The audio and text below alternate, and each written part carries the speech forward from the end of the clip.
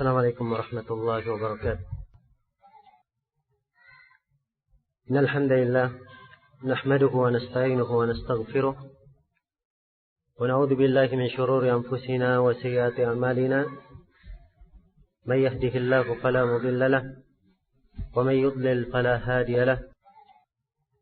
أشهد أن لا إله إلا الله وحده لا شريك له وأشهد أن محمدا عبده ورسوله.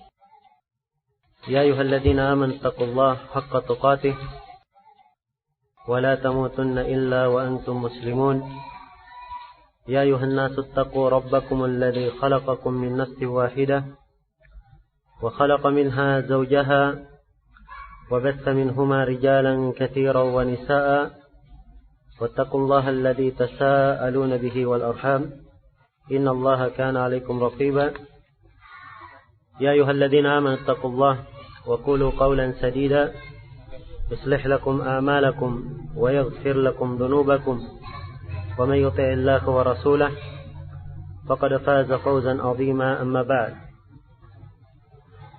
فإن أصدق الحديث كتاب الله، وخير الهدي هدي محمد صلى الله عليه وآله وسلم، وشر الأمور محدثاتها، فإن كل محدثة بدعة وكل بدعة ضلالة وكل ضلالة في النار.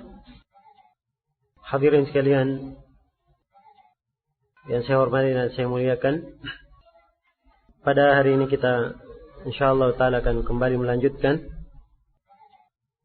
apa yang tersisa dari materi kemarin. Dan pada hari ini kita akan membaca bait urutan yang ke-15 dari Manzumah Ar-Ra'iyah atau Manzumah Ar-Ra'iyatis Sunnah, yang ditulis oleh Imam Abul Qasim Az-Zanjani rahimahullahu ta'ala. Kata beliau di dalam bait yang ke-15, kata beliau, wa amsalu ahli al-ilmi tariqatan wa amsalu ahli al-ilmi fina tariqatan agrazuhum. Kata beliau, wa amsalu ahli al-ilmi fina tariqatan wa agzaruhum ilman muqimun ala al-athar.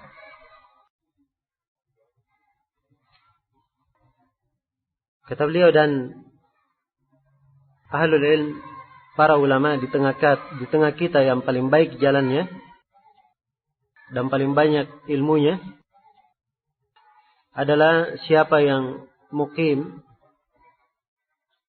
di atas asar. Ya, mana mukim di sini? Dia senantiasa tinggal di atasnya dan berada di atasnya.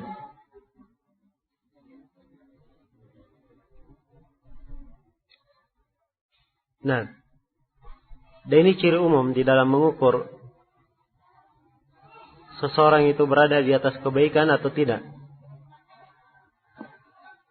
Sepanjang dia berpegang dengan al-athar, sepanjang berpegang dengan sunnah Rasulullah sallallahu alaihi wasallam, maka hal tersebut menunjukkan ciri kebaikan pada seseorang. Dan di sini penulis mengatakan wa amsalu ahli ilmi tariqatan, dan ulama yang paling baik jalannya, wa agzaruhum ilman, dan paling banyak ilmunya, paling luas ilmunya, muqimun alal athar, adalah siapa yang terus menerus berada di atas al-athar. Dan sebagaimana yang telah saya sebutkan pada pertemuan yang telah lalu, bahwa al-athar artinya adalah hadis yang disandarkan kepada Rasulullah sallallahu alaihi wasallam, dan juga tercakup di dalamnya apa yang disandarkan kepada selain Nabi, apa yang disandarkan kepada para sahabat, para tabi'in, dan setelahnya. Iya. Dan apa yang disebutkan oleh penulis di sini adalah kaidah penting di dalam mengukur keberadaan seseorang Apakah dia di atas jalan yang benar atau tidak? Cara mengukurnya dilihat. Apakah dia di atas sunnah atau tidak? Di atas asar atau tidak? Karena itu telah datang dari Ibnu Umar radhiyallahu taala anhu.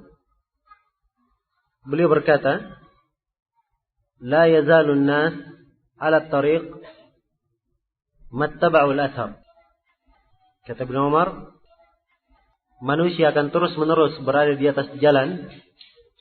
Maksudnya berada di atas jalan yang lurus sepanjang dia berpegang dengan al-athar.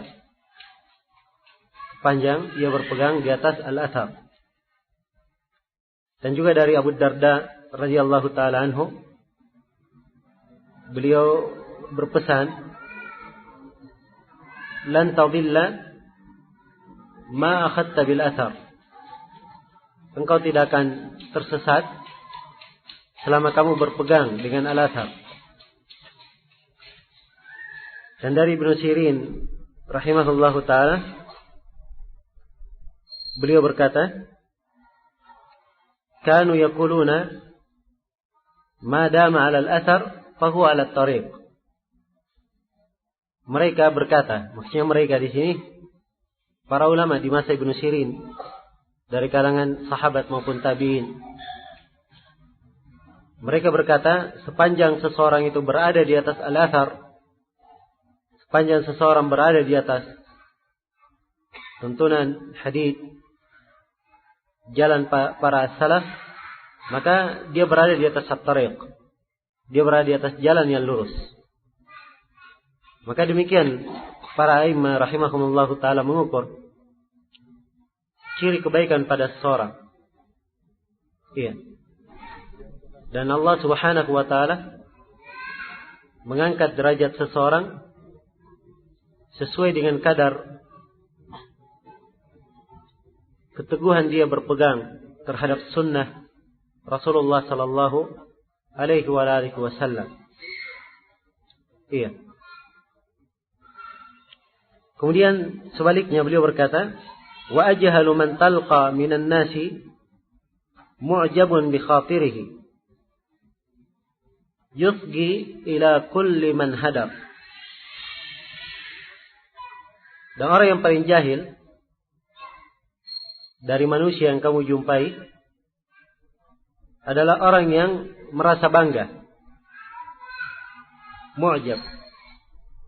Merasa bangga bi khatirihi, terhadap apa yang terlintas dalam benaknya, dalam pikirannya. Khatir itu adalah hal yang terlintas dalam benak ataupun pikiran. Yusgi ila kulli man hadar. Yang dia terus-menerus memasang telinganya, memusatkan pendengarannya, perhatiannya. Itu yusgi ila kulli man hadar, kepada setiap orang yang hadar. Maksudnya hadar, orang yang urusannya tercerai-berai, tidak beraturan. Ya, maksudnya sini dari orang-orang yang tidak di atas jalan yang lurus, dari kalangan ahlul bidah, ya, ataupun orang-orang yang menyimpang. Maka beliau terangkan di sini bahwa orang yang tidak berada di atas al-athar, ya, sebaliknya dia bangga dengan pikirannya sendiri, dengan apa yang kadang terlintas dalam benaknya. Ya. Maka ini termasuk orang yang paling jahil. Orang yang paling jahil.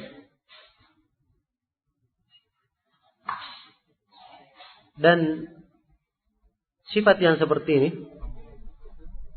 hendaknya dihindari oleh setiap orang yang ingin berjalan di atas tuntunan dan sunnah Rasulullah sallallahu alaihi wasallam.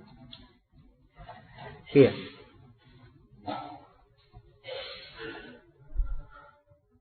Sini penulis menyebutkan dua sifat orang yang senantiasa atau orang yang sering mendengar kepada ahlul bid'ah, kepada orang-orang yang ragu dalam agamanya.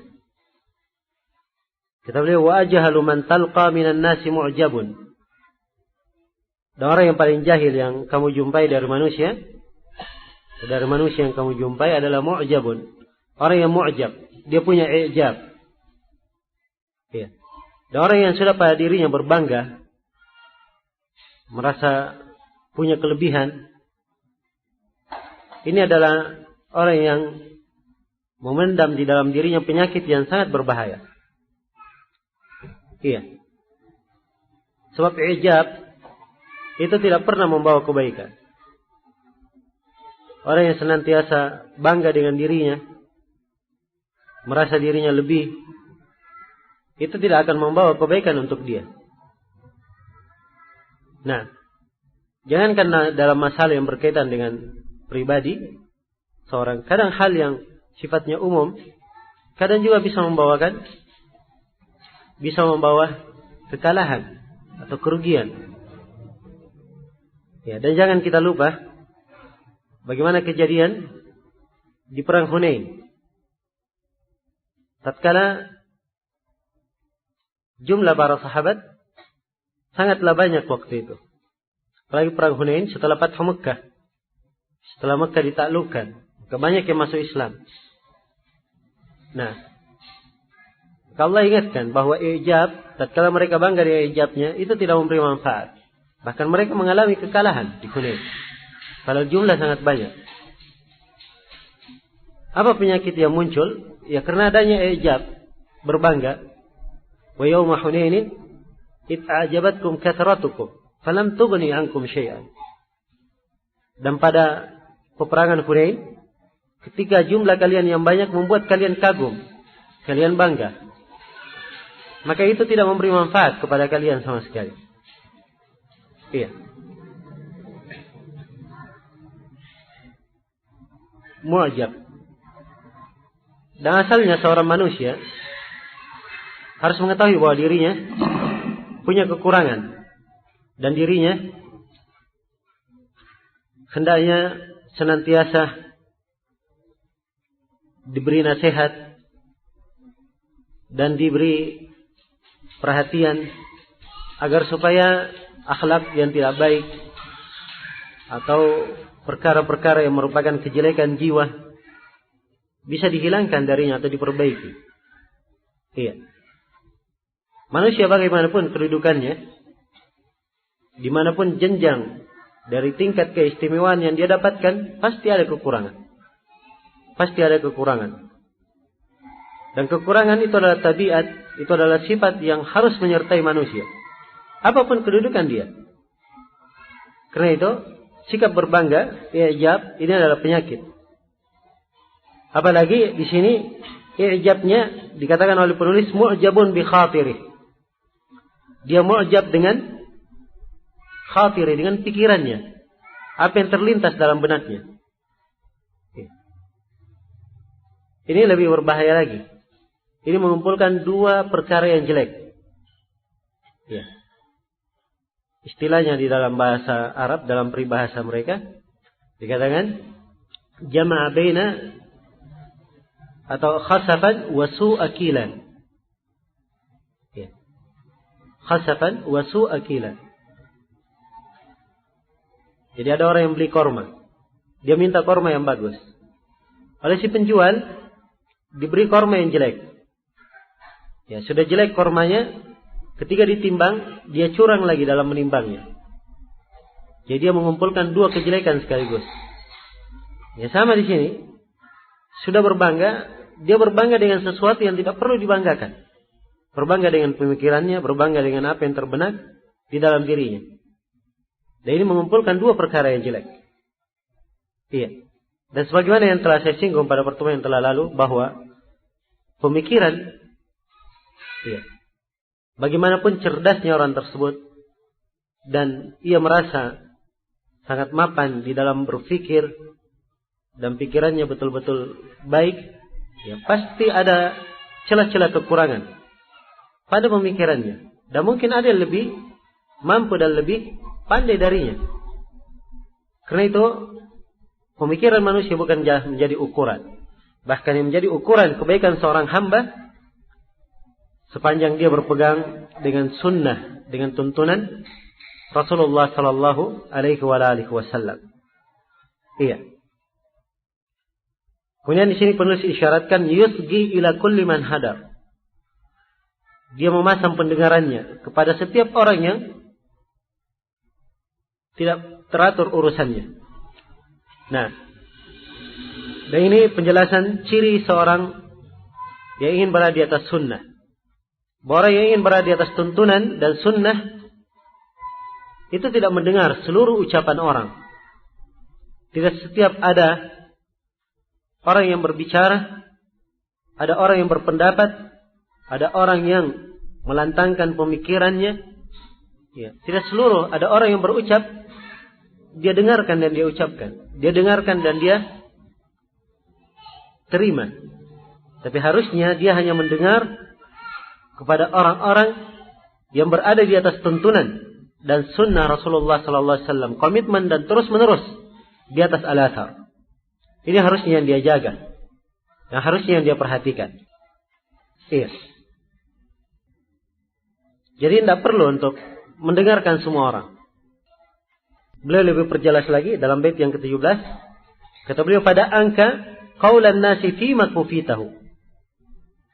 Fama fi istima'iz zayghi syai'un siwa darar. Pada angka qaulan nas. Tinggalkanlah darimu ucapan manusia. Fi makufitahu. Pada apa yang kamu telah dicukupi dalam hal tersebut. Karena tidak ada suatu kebaikan apapun yang terdapat di dalam mendengarkan penyimpangan. Tidak ada kebaikan dalam mendengarkan penyimpangan selain dari hanya sekedar mendatangkan ad-darar, siwa ad-darar, mendatangkan bahaya. Iya. Jadi beliau terangkan di sini bahwa yang penting bagi seorang adalah dia mengikuti agama ini. Sebab siapa yang mengikuti agama telah dicukupi seluruh perkaranya. Agama ini telah mencukupi seluruh perkara manusia. Iya. Seluruh perkara manusia. Karena itu kata Ibnu Mas'ud radhiyallahu taala anhu, dan ini juga dinukil dari sejumlah sahabat yang lain. Kata beliau, ittabi'u wa la tabtadi'u faqad kufitu. Kata beliau, hendaknya kalian ittiba, hanya sekedar mengikuti, mencontoh, dan jangan kalian berbuat bid'ah. Jangan kalian mengada-adakan perkara yang baru. Ya, kalau kalian hanya sekedar mengikuti dan mencontoh, faqad kufitum, maka itu sudah cukup bagi kalian. Sudah cukup bagi kalian. Iya. Sebab agama kita adalah agama yang telah sempurna. Agama yang dijelaskan di dalamnya segala sesuatu.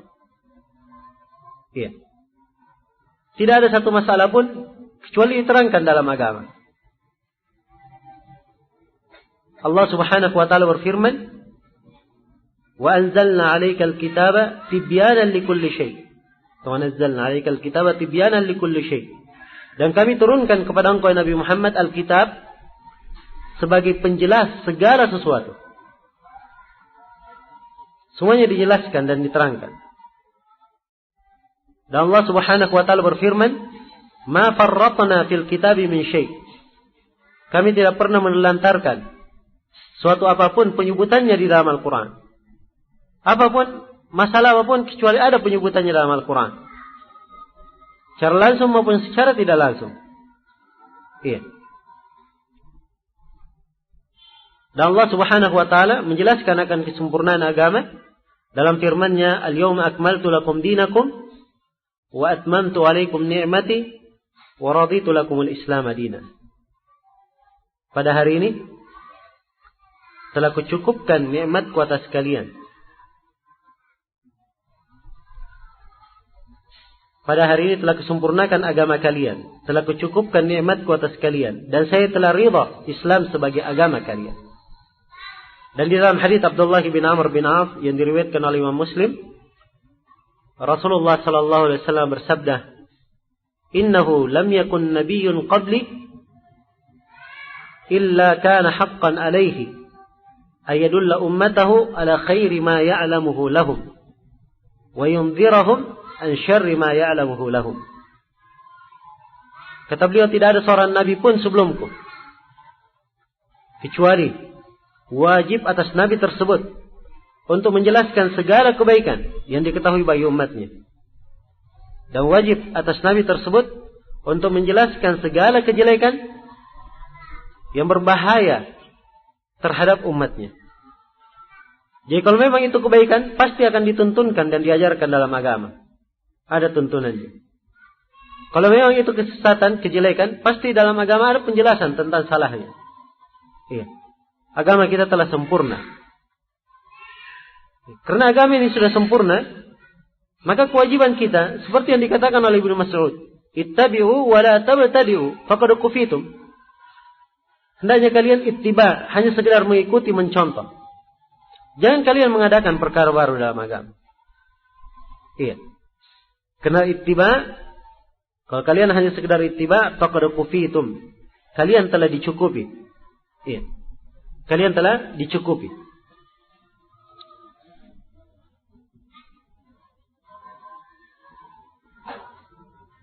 Karena itu kata penulis, pada angka qaulan nasi, maka tinggalkanlah dari kamu ucapan manusia. Iya. Tidak perlu kepada ucapan manusia. Tidak perlu kepada pemikiran siapapun yang menyuruh manusia kepada perkara-perkara yang menyelisihi agama. Nah, kita cukup dengan agama yang dibawa oleh Rasulullah sallallahu alaihi wasallam, yang disampaikan oleh para sahabat. Karena itu kata Imam Al-Auza'i rahimahullahu taala, "Alaika bi athari man salaf wa in rafadaka an-nas wa iyyaka wara'a ar-rijal wa in zakhrafuha laka bil qaul." Kata beliau, hendaknya engkau berpegang dengan asar, dengan jejak-jejak para orang-orang as-salaf, ya, para sahabat dan siapa yang mengikuti mereka dengan baik. Hendaknya kamu berpegang dengan asar para as-salaf, walaupun manusia menolakmu. Dan hati-hati kamu dari pemikiran orang per orang, walaupun dia hiasi ucapannya dengan hiasan yang indah. Iya. Maka seorang yang berada di atas al-haq harus punya kaidah yang kuat. Yang menjadi ukuran bagi dia adalah Al-Quran dan Sunnah. Itu yang menjadi pijakannya. Tidak perlu kepada pemikiran orang per orang. Walaupun dihiasi pemikirannya dengan hiasan yang indah, dengan retorika yang memukau, ya, dengan ucapan yang mengagumkan. Seluruh hal ini bukan yang menjadi ukuran. Tapi yang menjadi ukuran, apakah yang disampaikan tersebut sesuai dengan tuntunan berdasarkan dalil dari Al-Quran dan Sunnah atau tidak. Itu yang menjadi ukuran. Ya, karena itu kata penulis, pada angka qaulan nasi fima kufitahu, maka tinggalkanlah darimu ucapan manusia dalam masalah agama yang kamu sudah dicukupi, sudah lengkap agama ini. Fama fistima'i zaigu siwa darar. Sebab tidak ada manfaat apapun dari mendengarkan kesesatan kecuali hanya mendatangkan bahaya saja. Iya. Kecuali hanya sekedar mendatangkan bahaya. Orang yang senantiasa mendengarkan perkara yang jelek, mendengarkan hal yang menyimpang, ini akan membuat hatinya tidak tenang. Dan akan membuat hatinya sering dijangkiti oleh keraguan. Ya. Karena itu para a'immatus salaf rahimahumullahu taala, mereka mewasiatkan agar supaya tidak mendengarkan kepada orang-orang yang punya penyakit di dalam hati. Iya. Mereka khawatir kalau orang-orang yang seperti itu didengarkan, maka hati itu akan terjangkit oleh penyakit mereka. Iya. Karena itu mengukur seorang di atas jalan yang lurus dan melihat seorang yang jalan di atas jalan yang lurus, ini adalah perkara yang penting. Nah,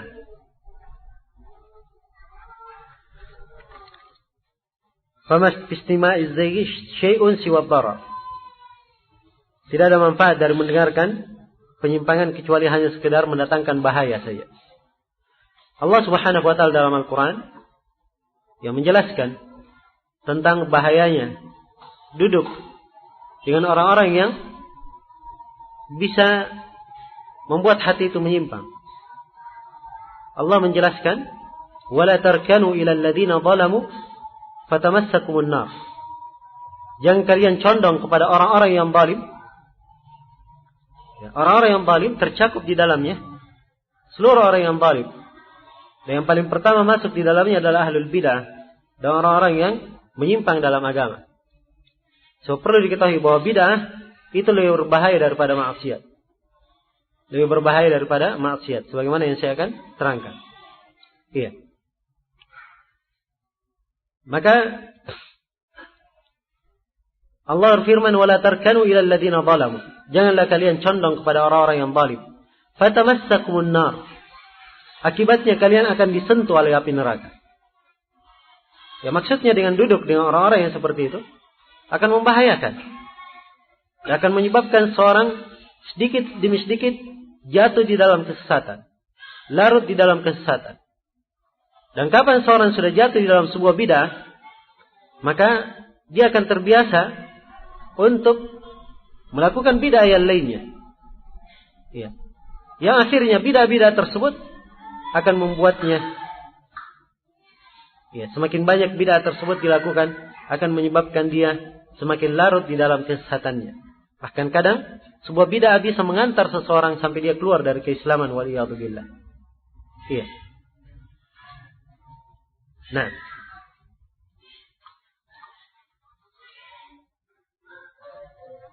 sini ada ucapan yang indah sekali dari Umar bin Abdul Aziz rahimahullahu taala.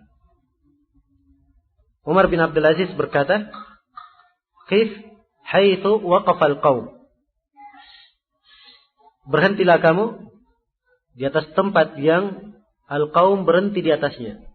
Kaum yang beliau maksud adalah para sahabat dan orang-orang yang mengikuti mereka dengan baik. Ya, Umar bin Abdul Aziz dari tingkatan tabi'in. Iya. Sebab beliau berjumpa dengan sebagian sahabat yang paling terakhir meninggal. Maka berhentilah engkau di atas apa yang mereka berhenti di atasnya. Fa'innahum, sebab para as-salaf itu ala ilmin waqafu, mereka berhenti di atas ilmu.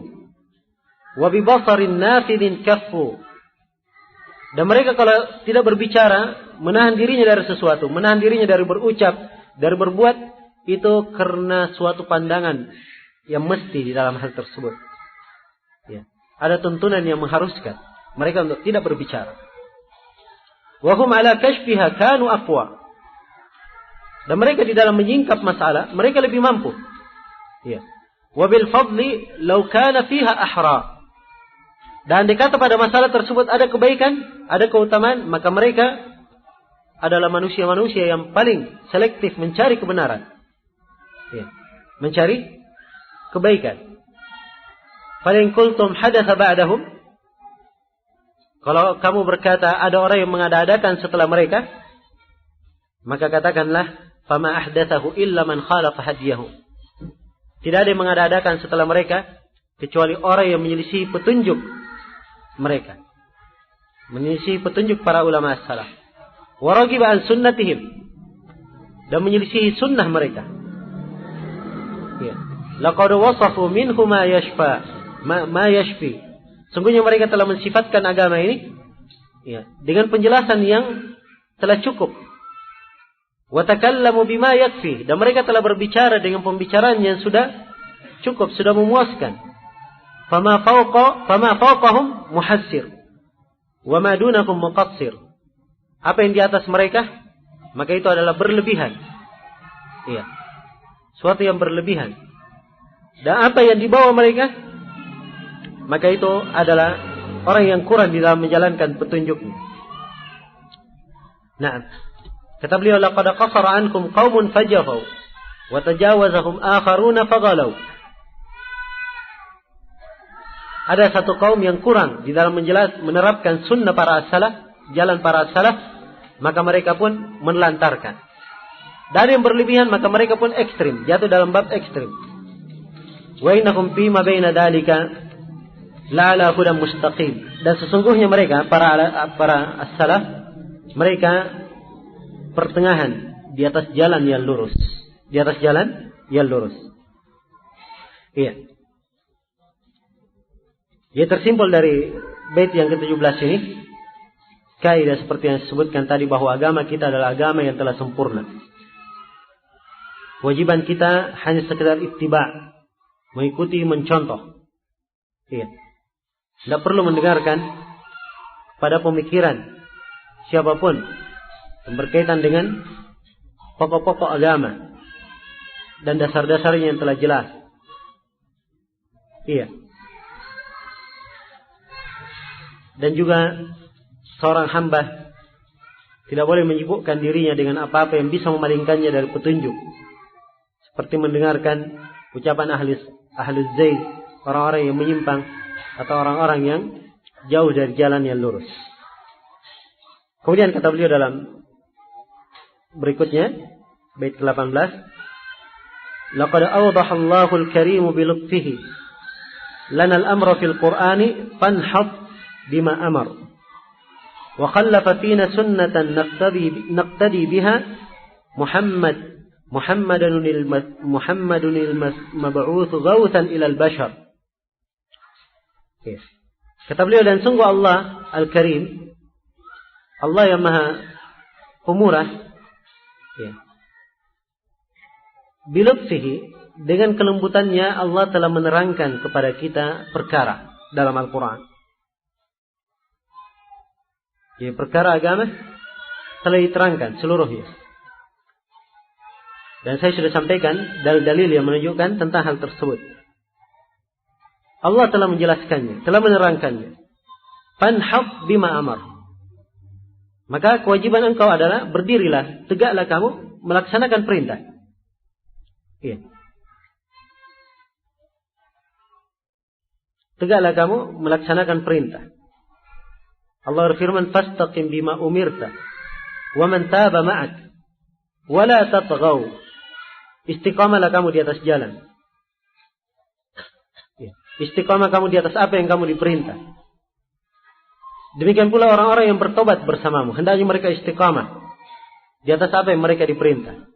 Dan jangan kalian melampaui batas. Jangan kalian melampaui batas. Kewajiban kita ittiba, sekedar mengikuti. Tidak menyepelekan, tidak pula ekstrim, berlebihan. Sebab dua jalur ini adalah jalur yang tercela dalam agama. Sikap menyepelekan adalah sikap yang tercela. Demikian pula sikap ekstrim adalah sikap yang tercela. Sikap yang telah membinasakan umat-umat sebelum kita. Umat-umat sebelum kita telah dilarang untuk berbuat ekstrim. Allah berfirman, ya ahlal kitab la taglu fi dinikum. Wahai ahlul kitab, jangan kalian ekstrim dalam agama kalian. Dilarang berlebihan dalam agama. Dan Nabi mengingatkan, wa iyyakum wal ghulu fa innama ahlaka alladziina qablakum al ghulu fid din.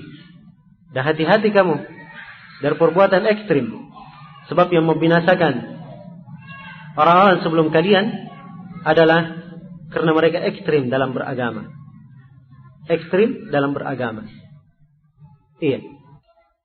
Dan banyak lagi nas dalam Al-Quran dan Sunnah Rasulullah Sallallahu Alaihi Wasallam yang menjelaskan akan bahaya ekstrim dan bahaya berlebihan di dalam beragama. Karena itu kewajiban kita hanya sekedar mengikuti petunjuk.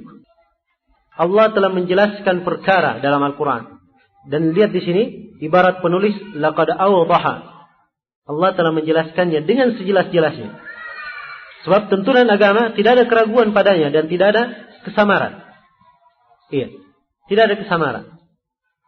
Bukan dari ciri syariat Islam, bukan dari ciri akidah umat Islam, ada kesamaran padanya atau ada keraguan. Dari ciri umum agama, semuanya serba jelas dan serba terang. Karena itu Rasulullah sallallahu alaihi wasallam bersabda, sebagaimana dalam hadis Irbad bin Sariyah dan juga diriwayatkan dari hadis Abu Darda oleh Ibnu Abi Asim dan selainnya, Nabi sallallahu alaihi wasallam bersabda, "Laqad taraktukum 'alal bayda, lailiha kanahariha, la yazigu anha illa halik." Sungguh saya telah meninggalkan kalian di atas suatu yang putih, suatu yang sangat putih. Malamnya sama dengan siangnya. Perhatikan ciri syariat. Suatu yang sangat jelas, malamnya sama dengan siangnya. Tidak ada perbedaan. Iya. Dan ini ciri umum agama kita.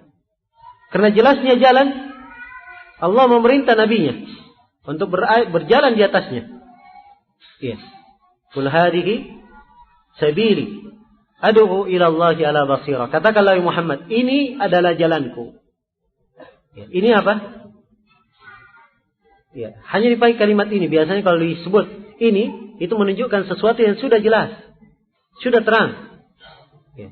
Menunjukkan bahwa agama itu jelas dan terang. Ini adalah jalanku. Saya dan orang-orang yang bersamaku berdakwah ke jalan, di atas jalan tersebut menuju kepada Allah Subhanahu wa taala ala basirah, sesuai dengan petunjuk, sesuai dengan ilmu pengetahuan. Iya. Dia adalah jalan yang jelas, jalan yang terang, tidak ada keraguan padanya. Iya. Dan ini menunjukkan kepada kita beberapa sisi gelap yang menyebabkan menyimpannya sekelompok dari umat Islam. Mereka menyimpan dari jalan yang lurus. Ya. Di antara sebab penyimpangan adalah mereka masuk di dalam perkara yang sifatnya tidak ada kejelasan. Perkara yang hanya dibangun di atas sangkaan dan dugaan. Perkara yang dibangun di atas sangkaan dan dugaan. Tidak ada bentuk kejelasan. Iya. Apakah di dalam masalah berakidah, maupun di dalam masalah bermuamalah, bermanhaj, maupun dalam masalah yang lainnya. Maupun di dalam masalah yang lainnya. Iya. Demikian pula dari bentuk kejelasan, dari ciri orang yang di atas sunnah, ciri orang yang berada di atas kebenaran, apa yang disampaikan kepada manusia, itu pula yang ada di dalam hatinya. Itu pula yang ada pada dirinya dalam keadaan dia sendiri maupun dalam keadaan rahasia. Ya. Sebab orang yang berada di atas al-haq, dakwanya di depan umum, ya, atau di depan orang per orang, atau di depan jumlah tertentu sama. Ya. Tidak ada perbedaan. Tidak ada perbedaan di dalam bentuk kejelasan dan keterangan.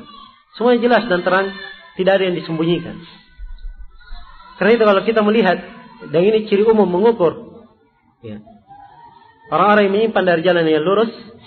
Kalau kita melihat misalnya sekelompok orang, mereka awal mulanya misalnya di dalam beragama, di dalam belajar, ya, mengajak di depan umum. Tapi setelah itu ada bimbingan-bimbingan tersendiri. Ya. Masuk ke dalam bimbingan tersendiri, punya beberapa marhalah. Kadang. Iya. Punya beberapa marhalah. Padahal semuanya ingin belajar. Menurut istilah mereka. Semuanya ingin belajar.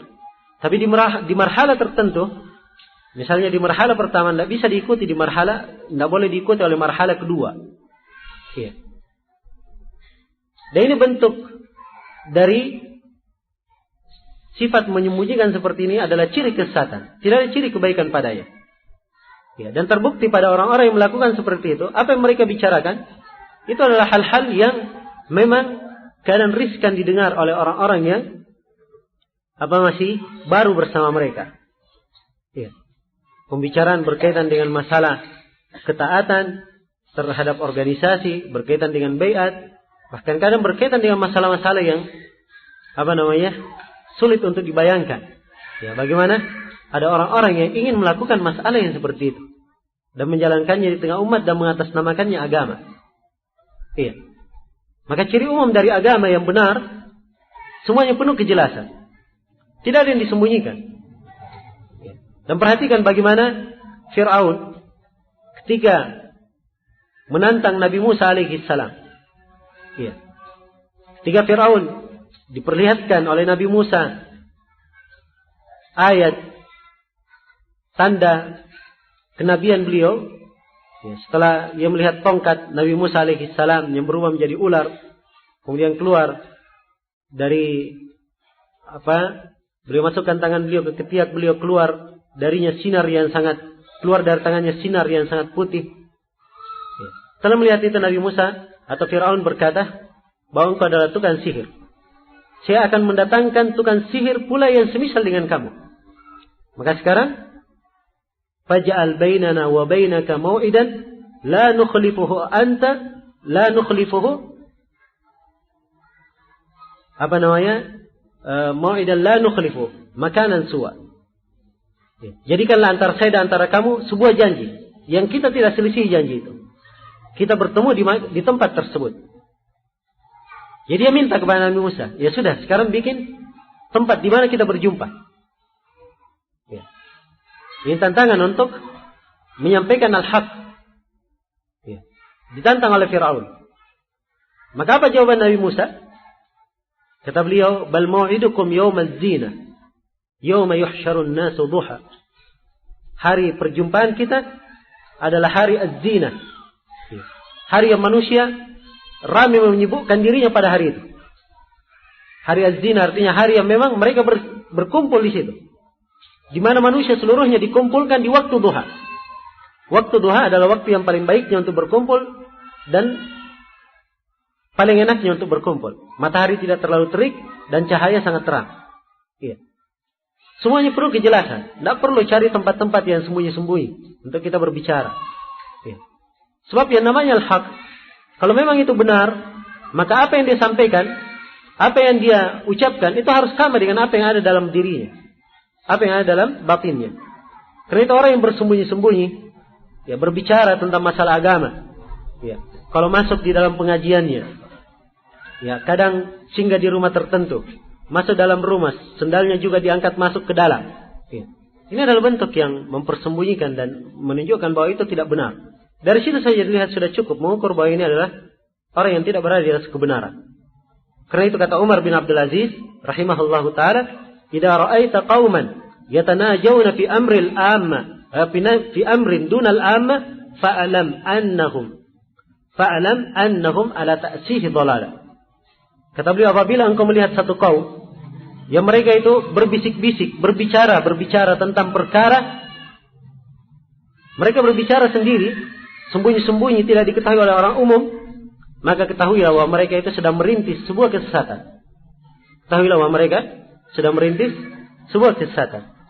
Iya. Karena itu agama kita adalah agama yang sangat terang dan sangat jelas. Dari bentuk kejelasan agama ini dan terangnya, ya, tercakup juga di dalamnya lengkapnya agama. Sebab tidak ada satu masalah pun dari masalah yang berjalan di tengah manusia kecuali di dalam tuntunan agama ada hal yang mengaturnya. Dan salah sangkaan sebagian orang yang mengatakan bahwa siapa yang mempelajari agama itu artinya kemunduran bagi dia. Itu adalah prinsip yang salah. Bahkan di dalam agama terdapat penjelasan, terdapat uraian, siapa yang berpegang dengannya maka dia akan maju dengan kemajuan yang tidak akan diimbangi dan kemajuan yang penuh dengan kebaikan. Sebab ada bentuk kemajuan tidak membawa kebaikan. Ada bentuk kemajuan yang tidak membawa kebaikan bagi manusia. Seperti yang kita saksikan di masa ini. Ya, banyak dari bentuk kemajuan dipakai dalam bentuk maksiat, dalam bentuk, bahkan dipakai dalam bentuk kekufuran. Waliyadzubillah. Ya. Dan perhatikan misalnya bentuk kemajuan, adanya nuklir, ya. Adanya nuklir atau atom, monatom atau yang semisal dengannya. Ini dari bentuk kemajuan yang tidak dibenarkan oleh syariat. Dan wajar karena munculnya dari negeri-negeri kafir. Ya, sebab umat Islam tidak pernah berpikir untuk maju seperti itu sampai membuat bahan-bahan peledak yang bisa menghancurkan manusia secara massal. Iya. Tanpa membedakan antara laki-laki dan perempuan, antara anak kecil, antara orang-orang yang ikut berperang dan tidak berperang. Ini semuanya adalah hal yang di luar ya, batas tuntunan agama. Ya. Di luar batas tuntunan agama. Dan anehnya, orang-orang yang membuat bahan-bahan peledak itu sendiri dari orang-orang kufar, mereka meneriakkan untuk menghargai hak-hak manusia. Ya. Menghargai hak-hak manusia. Tapi ternyata kalimat hak-hak manusia mereka teriakkan itu adalah hak-hak manusia menurut penafsiran mereka sendiri. Ya. Hak-hak manusia kalau melanggar kepentingan mereka atau melanggar kebaikan, kemaslahatan mereka. Ya, adapun kalau tidak melanggar kepentingan mereka, maka tidak ada pelanggaran terhadap hak-hak manusia di situ. Walaupun harus membunuhi ya, kaum muslimin dengan jumlah yang sangat banyak, walaupun harus ya, melakukan berbagai bentuk kerusakan dan seterusnya. Karena itu juga perlu kita perhatikan ya, bahwa di dalam tuntunan agama kita ini diajarkan segala perkara yang bisa mengarah kepada kemajuan umat. Bisa mengarah kepada kemajuan umat. Ya. Jangan dikira bahwa di dalam agama tidak dibicarakan bagaimana sudut perekonomian yang baik. Diajarkan. Bahkan sampai sekarang belum terlihat ada bentuk perekonomian yang bisa mengalahkan perekonomian Islam. Bagi siapa yang memahaminya dengan benar. Ya. Dan tahu bagaimana hukum-hukum perekonomian dalam Islam. Di dalam bidang peradilan. Ya. Dalam bidang peradilan, dalam menciptakan keamanan di tengah manusia, belum pernah tercatat dalam sejarah ada yang melebihi keamanan yang tercipta di negara-negara di negara-negara Islam yang menerapkan hukum-hukum Islam. Iya, menerapkan hukum-hukum Islam. Dan sampai hari ini, ya kita lihat misalnya di sebagian negara Islam yang menerapkan hukum Islam, ya, dari sisi keamanan dia yang paling baik daripada negara yang lainnya, negara yang maju, yang mereka anggap maju. Tapi bersamaan dengan itu, tingkat kriminal dan tidak terjamin padanya keamanan. Ya. Di negara yang diterapkan padanya syariat Islam, mau keluar di tengah malam, ya, mobilnya diparkir di luar, juga jarang ada yang mengganggunya. Jarang ada yang mengganggunya. Ini semua karena hukum-hukum yang jelas di dalam agama. Ya. Dan bentuk penerapan hukum yang hakikatnya itu adalah rahmat bagi manusia. Rahmat bagi manusia. Itu di dua sudut. Dalam perekonomian, di dalam peradilan. Ya. Dalam masalah hukum. Apalagi kalau kita melihat ke sudut-sudut yang lainnya. Bahkan dalam hal-hal yang kecil pun ada tuntunannya dalam agama. Ada aturannya di dalam syariat. Ya. Ada aturannya di dalam syariat. Maka ini menunjukkan kepada kita bahwa agama kita lengkap menjelaskan. Lengkap menjelaskan segala perkara yang dibutuhkan oleh manusia. Akan tetapi kita sendiri yang kadang kurang memahami agama. Ya. Karena itu kalau ada sebuah masalah dan kita rasakan pada diri kita, kelihatannya kita tidak ketemukan tuntunannya di dalam agama kita belum baca tuntunannya dalam hadis maupun dalam Al-Quran, maka hendaknya kita ketahui bahwa ya, perasaan itu hanyalah muncul dari kekurangan kita sendiri. Karena kurang memahami Al-Quran dan Sunnah atau kurang di dalam menerapkan atau di dalam mengilmui Al-Quran dan Sunnah Rasulullah Sallallahu Alaihi Wasallam. Iya.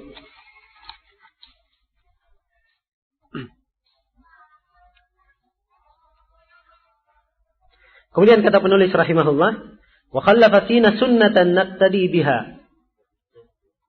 Iya. Muhammadun al-mab'uts ghausan ila al-bashar. Dan Nabi Muhammad yang diutus sebagai rahmat bagi manusia, itu telah meninggalkan kepada kita sunnah. Sunnah yang wajib kita berpegang dengannya.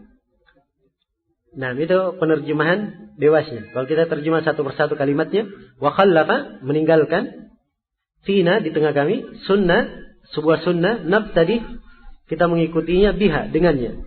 Muhammadun, yang meninggalkan sunnah itu adalah Nabi Muhammad. Al-mab'utsu, yang diutus, gausan, sebagai gaus. Gaus di sini yang diinginkan adalah sebagai rahmat dan kebaikan. Ya.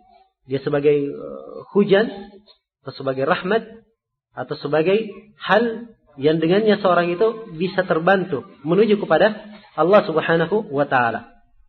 Ya. Dan kalimat gaus di sini bukan gaus seperti yang dipahami oleh orang-orang sufi bahwa Nabi itu adalah penolong. Ya. Nabi adalah penolong. Ya. Sebab tidak dalam bentuk nas bahwa beliau adalah penolong. Sebab ini kalimat ya identik kepada sesuatu yang mengeluarkan dari bahaya. Sebab hal yang seperti itu yang menyelamatkan seorang keluar dari bahaya, dari siksaan diselamatkan masuk ke dalam kenikmatan, dari neraka diselamatkan masuk ke dalam sorga, itu adalah dari kekhususan Allah Subhanahu wa taala. Nabi sallallahu alaihi wasallam tidak diberi hal yang seperti itu. Karena itu kalimat gaus dalam ucapan penulis ini kelihatannya beliau petik dari ayat wa ma arsalnaka illa rahmatan lil alamin. Ya. Tidaklah kami mengutus engkau Nabi Muhammad kecuali sebagai rahmat untuk semesta alam. Kecuali sebagai rahmat untuk semesta alam. Gausan ilal bashar. Al-bashar bermakna manusia, kepada manusia. Iya. Sini beliau terangkan juga bahwa Nabi sudah meninggalkan sunnah. Sunnah yang akan memberikan pertolongan. Sunnah yang akan senantiasa menjelaskan kepada umat segala kebaikan untuk mereka. Iya. Sehingga mereka diliputi oleh rahmat dan diliputi oleh kesejahteraan. Iya. Dan demikianlah sunnah Nabi Sallallahu Alaihi Wasallam. Siapa yang berpegang dengannya, maka dia pasti selamat. Kata Imam Malik rahimahullahu taala, as-sunnatu kasafinati Nuh. Man rakibaha naja, man takhallafa anha ghariqa wa hawa. Kata beliau sunnah Nabi sallallahu alaihi wasallam itu bagaikan perahu Nabi Nuh. Bagaikan perahu Nabi Nuh. Ya, bagaimana perahu Nabi Nuh? Ya, dia adalah perahu keselamatan. Seluruh manusia yang tidak naik di atas perahu bersama Nabi Nuh, semuanya akan binasa. Maka diibaratkan dia adalah perahu Nabi Nuh. Kata Imam Malik, siapa yang naik di atas perahu itu, maka dia akan selamat. Ya, siapa yang luput darinya, maka dia akan tenggelam. Dia akan tenggelam. Iya. Demikianlah orang yang berpegang dengan sunnah, dia pasti akan selamat. Dia pasti akan selamat. Dan siapa yang menyimpang darinya, maka hal tersebut tidak akan membawa kebaikan baginya. Tidak akan membawa kebaikan baginya. Tidak membawa kebaikan baginya di dunia, dan tidak pula membawa kebaikan untuknya di akhirat. Sebab siapa yang di dunia ini dibutakan oleh Allah dari mengikuti Al-Quran dan Sunnah, maka pada hari kiamat dia lebih buta lagi. Wa man kana fi hadhihi a'ma, fa huwa fil akhirati a'ma wa adallu sabila. Siapa yang di dunia ini buta, maka pada hari kiamat dia akan lebih buta dan lebih sesat lagi jalannya. Dan Allah Subhanahu wa taala berfirman, "Faman ittaba'a hudaya fala yadhillu wa la yashqa, wa man a'rada an dhikri fa inna lahu ma'ishatan dhanka wa nahsyuruhu yawmal qiyamati a'ma." Qala rabbi lima hasyartani a'ma wa qad kuntu basira. Qala kadzalika atatka ayatuna fanasitaha wa kadzalika al-yawma tunsa. Iya. Siapa yang mengikuti petunjukku, maka dia tidak akan sesat dan tidak akan sengsara. Sebaliknya siapa yang berpaling dari mengingat kepadaku. Dan kalimat mengingat kepada Allah cakupannya umum sekali. Termasuk berpaling dari Al-Quran dan Sunnah. Siapa yang berpaling dari mengingat kepadaku, maka untuk dia ma'isyatan dhanka, kehidupan yang sempit. Dan sebagian para ulama ada menafsirkan kehidupan yang sempit, siksaan di dalam alam kubur. Wa nahsyuruhu yawmal qiyamati a'ma. Dan kami akan bangkitkan dia pada hari kiamat dalam keadaan buta. Qala rabbi lima hasyartani a'ma. Maka ia bertanya, wahai Rabbku, kenapa saya dibangkitkan dalam keadaan buta? Padahal dulu saya di dunia saya dalam keadaan melihat. Maka Allah Subhanahu wa taala berfirman, demikianlah telah datang kepada engkau ayat-ayat kami lalu engkau melupakannya. Maka pada hari ini engkau juga kami lupakan. Iya, engkau juga kami lupakan. Karena itulah, iya, al-jaza'u min jinsil amal. Balasan itu dari jenis amalan. Seorang kalau beramal, berpegang teguh di atas sunnah, maka Allah Subhanahu wa taala akan membalas untuknya. Dia juga akan dikokohkan jalannya, akan dikuatkan jalannya. Ya, akan dikuatkan jalannya. Siapa yang senantiasa mengingat tuntunan dan menjalankannya, maka Allah Subhanahu wa taala akan senantiasa mengingatnya. Dalam artian senantiasa memberikan pertolongan, mencurahkan kebaikan, menganugerahkan rahmat dan inayahnya kepada orang tersebut. Iya.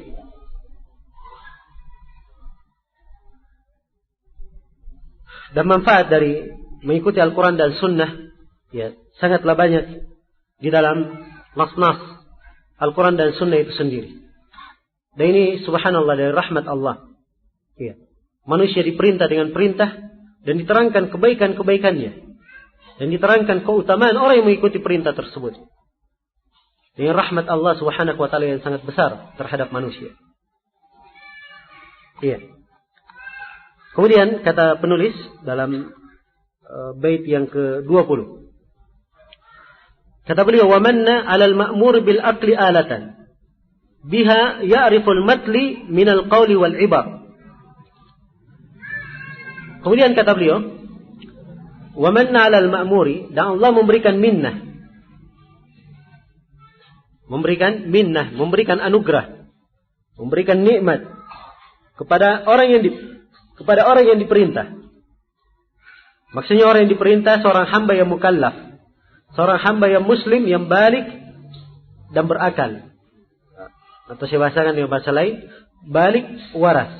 Ya, bukan orang gila. Seorang muslim yang balik, ya, Allah Subhanahu wa taala telah memberikan nikmat kepadanya, yaitu dengan nikmat akal. Diberi nikmat akal. Alatan, sebagai alat. Ya. Biha ya'riful matli, dengan alat ini dia mengetahui apa yang terbaca. Maksudnya apa yang terbaca, yaitu nas-nas, tuntunan-tuntunan yang terbaca. Minal qawli wal ibar. Apakah dari ucapan, apakah itu dari firman Allah Subhanahu wa taala ataupun dari sabda Rasulullah sallallahu alaihi wasallam, wal ibar, ataupun dalam bentuk ibrah-ibrah. Ya. Pelajaran-pelajaran yang terdapat di dalam Al-Quran dan Sunnah Rasulullah sallallahu alaihi wasallam. Ya. Sebab pada Al-Quran dan Sunnah terdapat ibrah yang luar biasa. Ibrah yang luar biasa. Terdapat tanda-tanda kebesaran Allah Subhanahu wa taala. Bagi siapa yang senantiasa tadabbur, dia membaca Al-Quran dan senantiasa dia membaca hadis Rasulullah sallallahu alaihi wasallam. Iya. Dan itu salah satu dari tugas kehidupan seorang muslim dan muslimah dalam kehidupannya.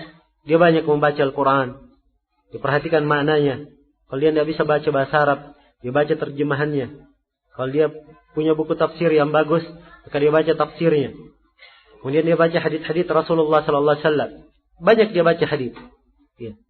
Dia baca hadis-hadis Nabi sallallahu alaihi wasallam. Dia lihat komentar para ulama terhadap hadis tersebut. Bagaimana uraian fikihnya. Maka ini akan menambah keimanannya dan akan menambah kebaikan baginya. Dan ini salah satu tugas dalam kehidupan. Ya. Yang akan membuat seorang itu istiqamah di atas jalan. Membuat seorang istiqamah di atas jalan yang lurus. Walaupun dalam sehari dia memberikan porsi yang sedikit. Dia dalam sehari misalnya, walaupun satu ayat, satu hadis, maka itu adalah kebaikan yang sangat besar. Ya. Kebaikan yang sangat besar. Kalau dia melakukannya dalam keadaan kontinu, terus menerus. Ya. Jadi dikatakan di sini oleh beliau ingin menerangkan di sini tentang kedudukan akal. Ya. Kaidah penjelasan tentang kedudukan akal dalam timbangan syariat. Jadi beliau terangkan bahwa akal itu adalah anugerah dari Allah. Ya. Akal adalah anugerah yang Allah Subhanahu wa taala berikan kepada manusia. Dan sebuah anugerah adalah nikmat, dan sebagaimana nikmat-nikmat yang lainnya patut disyukuri. Nikmat itu patut disyukuri. Dan mensyukurinya adalah menggunakan akal tersebut pada apa-apa yang diridhai dan dicintai oleh Allah Subhanahu wa taala. Iya. Itu sisi yang pertama. Kemudian sisi yang kedua yang diterangkan di sini oleh penulis, ya, bahwa akal ini adalah alat. Alat yang diberikan kepada hamba. Jadi dia adalah alat dan bukan pedang penentu keputusan. Dia adalah alat yang dipakai untuk memahami Al-Quran dan Sunnah Nabi Sallallahu Alaihi Wasallam, dan bukan hakim yang menghukumi Al-Quran dan Sunnah, yang menjatuhkan hukum terhadap Al-Quran dan Sunnah. Tidak. Tapi dia adalah alat yang dipakai untuk memahami. Dan di sini pengibaratan penulis adalah pengibaratan yang sangat detail, dan beliau menggambarkan pendapat ahli sunnah yang hak berkaitan dengan masalah akal. Ahli sunnah pertengahan dalam menyikapi akal. Pertengahan antara dua kelompok. Ada yang ekstrim menggunakan akalnya, dan ada yang menyepelekan. Yang ekstrim dalam menggunakan akalnya adalah kelompok yang telah kita singgung pada pertemuan-pertemuan yang telah lalu, atau pada pertemuan kemarin, dan insya Allah akan berlalu lagi pada hari ini. Sebagian dari mereka, orang yang mendahulukan akalnya di atas nafs. Mereka yang mendahulukan akalnya di atas nafs. Atau lebih banyak di dalam membicarakan hukum-hukum agama, lebih banyak menggunakan akalnya daripada nafs Al-Quran dan Sunnah. Ini adalah orang yang ekstrim. Bahkan dari sebagian orang lagi ada yang sangat ekstrim sekali, sampai dia katakan kalau akal atau nafs Al-Quran dan Sunnah bertentangan dengan akal, maka dahulukanlah akal. Dahulukan akal. Ini ucapan sebagian orang, dan sampai hari ini masih tertulis di buku-buku filsafat, dan masih terucap dan tertulis di tulisan orang-orang yang mengandung pemikiran itu, menyandang pemikiran yang seperti itu. Nah, ini adalah kelompok ekstrim. Kelompok yang lainnya ada yang menyepelekan akal, seakan-akan akalnya tidak dipakai sama sekali. Tidak dipakai sama sekali. Dan ini biasanya terjadi di para pengikut kelompok-kelompok yang sifatnya hanya sekedar doktrin murni, dan mendidik hanya sekedar fanatisme belaka, sehingga apapun yang terjadi di dalamnya, dia tidak bisa memakai akalnya, tidak bisa memakai akalnya. Dan ini pada dua kelompok secara umum. Pertama adalah kelompok sufi. Orang-orang sufi, banyak dari mereka tidak memakai akalnya. Nah, salah satu dari tarekat sufiyah disebut dengan nama tarekat At-Tijaniyah. Tarekat At-Tijaniyah nisbah kepada seorang yang bernama, kalau saya nggak salah namanya Ahmad At-Tijani. Salah satu keyakinan dari mereka ini, siapa yang melihat pimpinannya Tijani ini, maka dia pasti masuk surga dan diharamkan untuknya masuk neraka. Dan punya pengikut juga tarekat ini, banyak pengikutnya di mana? Di Maroko sana, di wilayah Maghrib. Perhatikan. Ini tidak menggunakan akal. Tidak menggunakan akal. Kalau dia pakai akalnya sedikit saja, Abu Lahab, Abu Jahal, semuanya melihat Nabi Sallallahu Alaihi Wasallam. Tidak ada yang dikatakan masuk surga. Bahkan Abu Lahab satu surah penuh menjelaskan bagaimana dia di neraka kelak. Dipahami? Nah, ini melihat pimpinannya, masya Allah, bisa masuk surga. Diharamkan masuk neraka. Ini tidak memakai akal. Sama dengan sebagian atau banyak tarekat sufiyah yang berkembang di Indonesia ini. Kalau sudah sampai ke jenjang ma'rifat, maka hakikat atau ma'rifat? Saya juga lupa ya. Yang jelas kalau sudah sampai ke jenjang tersebut, tidak sholat lagi, tidak puasa lagi, tidak mengeluarkan zakat. Kenapa? Dia sudah sampai ke hakikatnya. Hubungannya langsung antara hatinya dan antara Allah Subhanahu wa taala. Adapun kamu masih tingkatan, kamu harus sholat dulu, puasa dulu. Nah, dan ini banyak kita ketemukan. Dan orang-orang yang seperti itu tidak memakai akalnya. Kalau mereka pakai akal sedikit saja, pakai akalnya sedikit saja. Nabi Shallallahu Alaihi Wasallam mengajarkan bagaimana tuntunan sholat bagi orang yang sakit. Iya. Orang yang sakit pun dalam keadaan susah seperti itu tetap diperintah sholat. Ya. Baik kita berikan sisi yang lainnya dari sisi akal yang lebih bisa diterima. Nabi Shallallahu Alaihi Wasallam manusia yang paling baik. Ya. Makhluk Allah yang paling salih. Nabi Shallallahu Alaihi Wasallam. Bersamaan dengan itu, beliau di akhir hayatnya, di hari yang beliau meninggal, ya, tatkala beliau merasakan dirinya kuat untuk keluar sholat berjamaah, beliau keluar sholat berjamaah, dipapa oleh pamannya Al-Abbas bin Abdul Muttalib dan menantunya Ali bin Abi Thalib. Ya. Keluar untuk menghadiri sholat berjamaah. Nabi juga masih melakukan sholat berjamaah. Ya. Sedangkan orang ini tadi mengatakan dia sudah bebas dari syariat. Ya. Ini orang yang menerima yang seperti ini tidak menggunakan akalnya. Jelas? Dan ini sudut atau satu kelompok yang menyepelekan akal.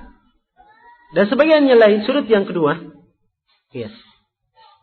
Dan juga kita masukkan ke dalam golongan menyepelekan akal. Sebab tatkala mereka masuk dalam sebagian kelompok dan jamaah, yes, maka seakan-akan apa yang dilakukan oleh kelompok tersebut semuanya harus benar. Tidak boleh salah.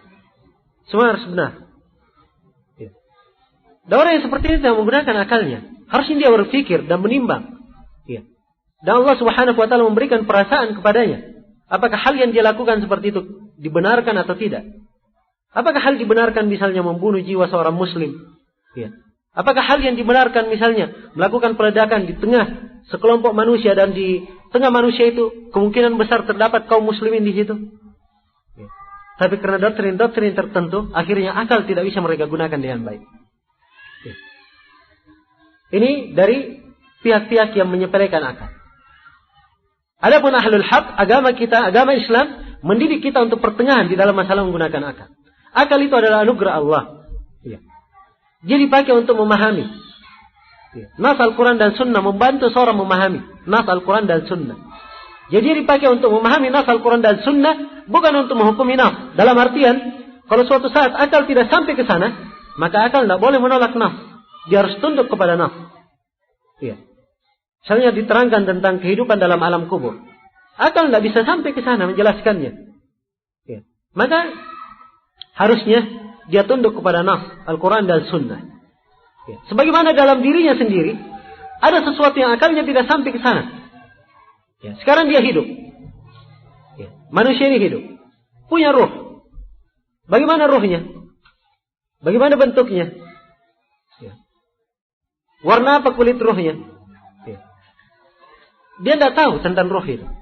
Padahal ada pada dirinya. Akalnya tidak bisa menggunakan. Dia tidak mampu menggunakan akalnya untuk melacak ruhnya bagaimana.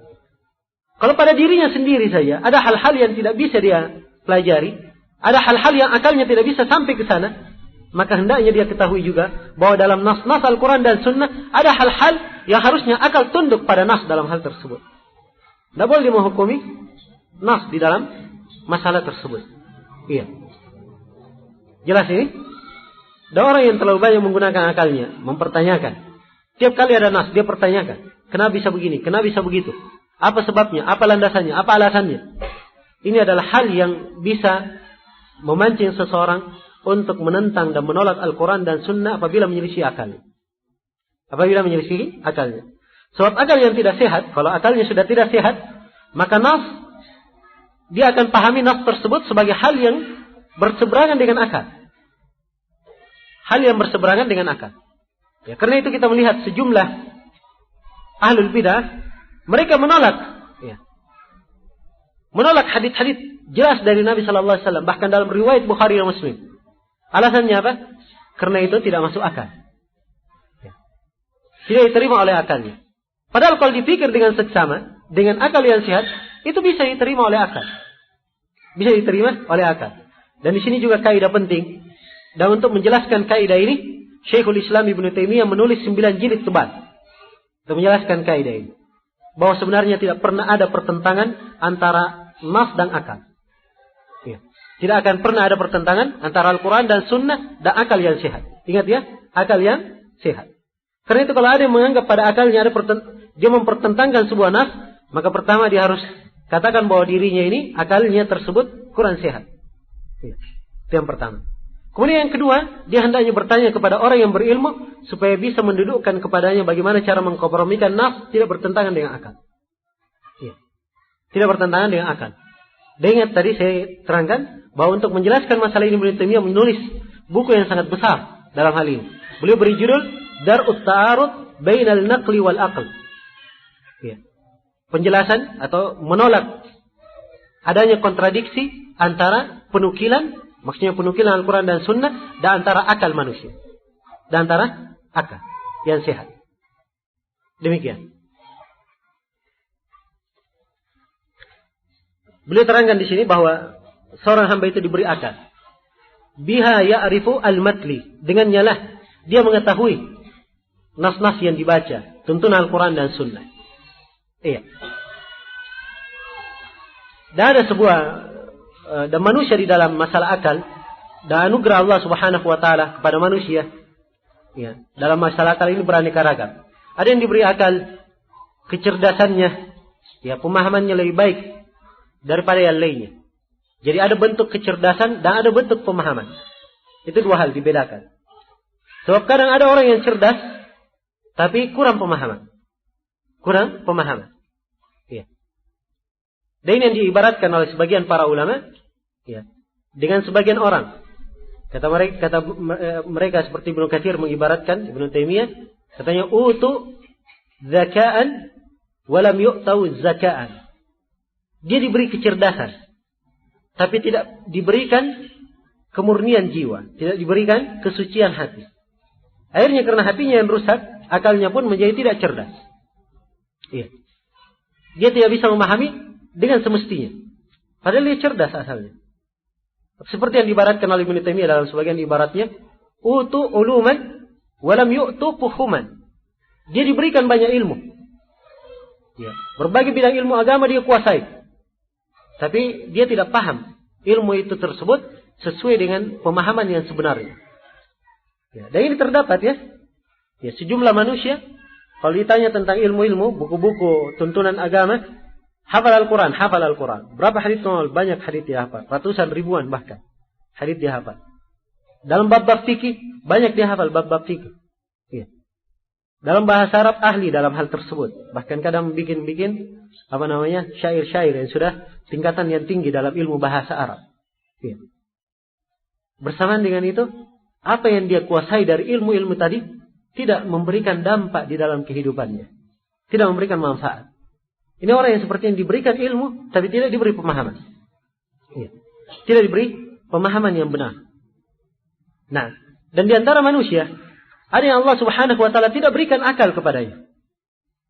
Ya. Dan Allah Maha mempunyai hikmah pada setiap pemberiannya. Ya.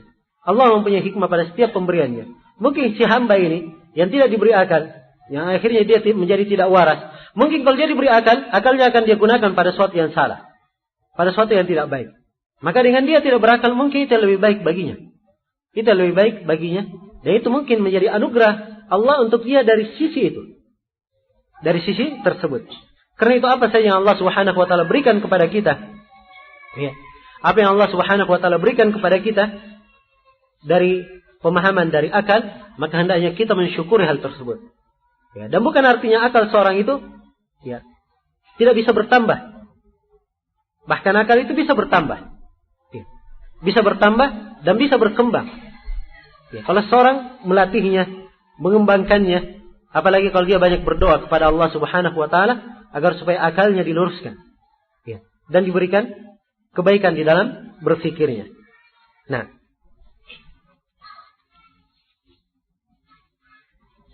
Baik, ini yang berkaitan dengan masalah akal. Kemudian dalam bait yang ke-21 kata penulis rahimahullahu taala, kata beliau, wala taku bid'iyan tazugu 'anil huda wa tuhdithu fal ihdathu mudni ila saqar. Ya, kata beliau, fala taku bid'iyan. Janganlah kamu menjadi penganut bid'ah. Janganlah kamu menjadi ahlul bid'ah. Tazugu 'anil huda. Kamu menyimpang dari jalan yang lurus. Wa tuhdithu, dan kamu mengada-adakan perkara yang baru. Fal ihdatsu mudni ila saqar. Sebab membuat perkara-perkara baru dalam agama itu akan mengantar seseorang menuju kepada neraka saqar. Menuju kepada neraka saqar. Nah, dalam bait yang ke-21 ini penulis menjelaskan 3 hal. Hal yang pertama, larangan seseorang untuk berbuat bid'ah dan mengikuti bid'ah. Hal yang kedua, definisi bid'ah. Beliau terangkan tentang definisi bid'ah. Kemudian hal yang ketiga, beliau terangkan dampak negatif, akibat buruk bagi siapa yang berbuat bid'ah di dalam agama. Ini 3 hal yang disinggung oleh penulis di dalam bait yang ke-21 ini. Kita mulai dari definisi bid'ah. Ya.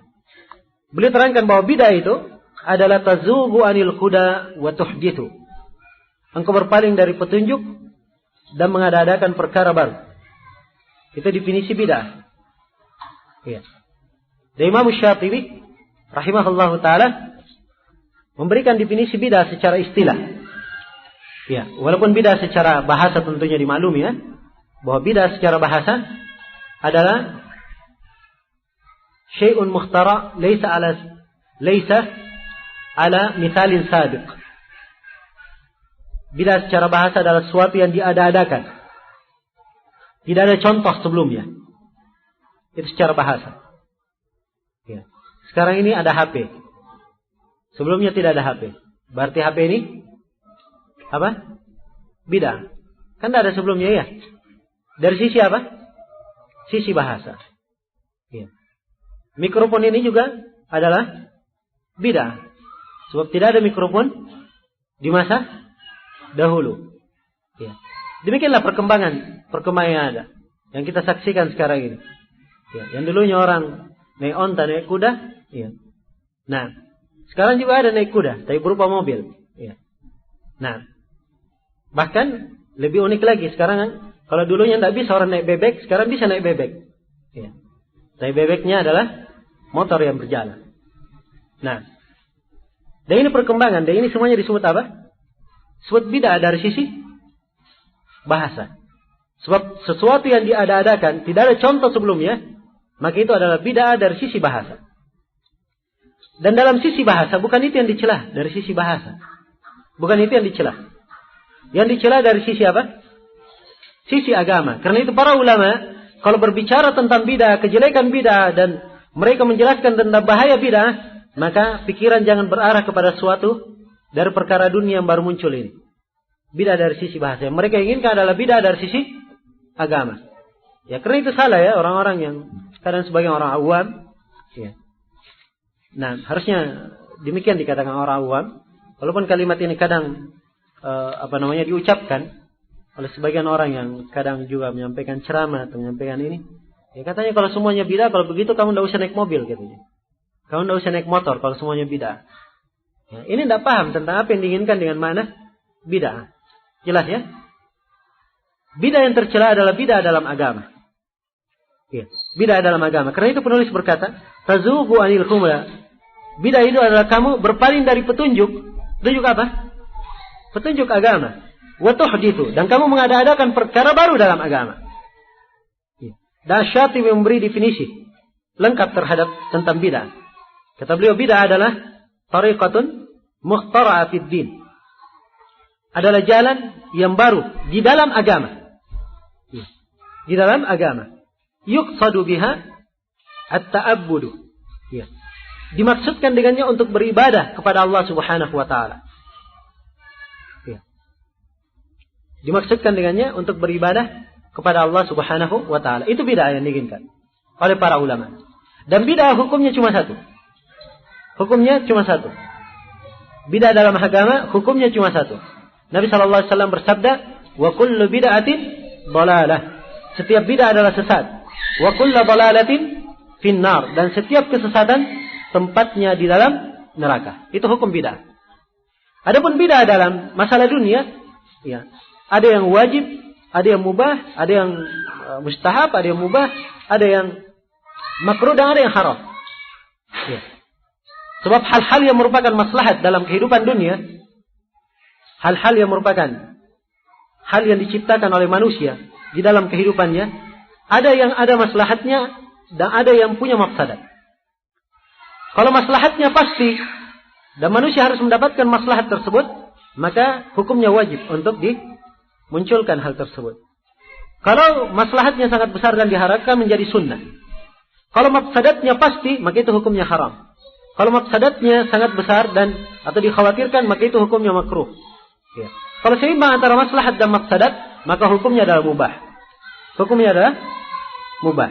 Jelas? Ini dalam perkara bidah yang berkaitan dengan bahasa. Dari sisi bahasa. Iya. Sebab dalam kehidupan dunia, agama kita memerintah untuk berkembang. Memerintah untuk berkembang. Di dalam tuntunan agama, kita diperintah untuk mengadakan perbaikan di muka bumi. Dan ini perintah umum untuk mengadakan perkembangan. Bahkan Nabi SAW bersabda dengan sebuah ucapan beliau yang masyhur, beliau berkata, "Antum a'lamu bi umuri dunyakum." Kalian lebih paham tentang perkara dunia kalian. Ya, kalian lebih paham tentang perkara dunia kalian.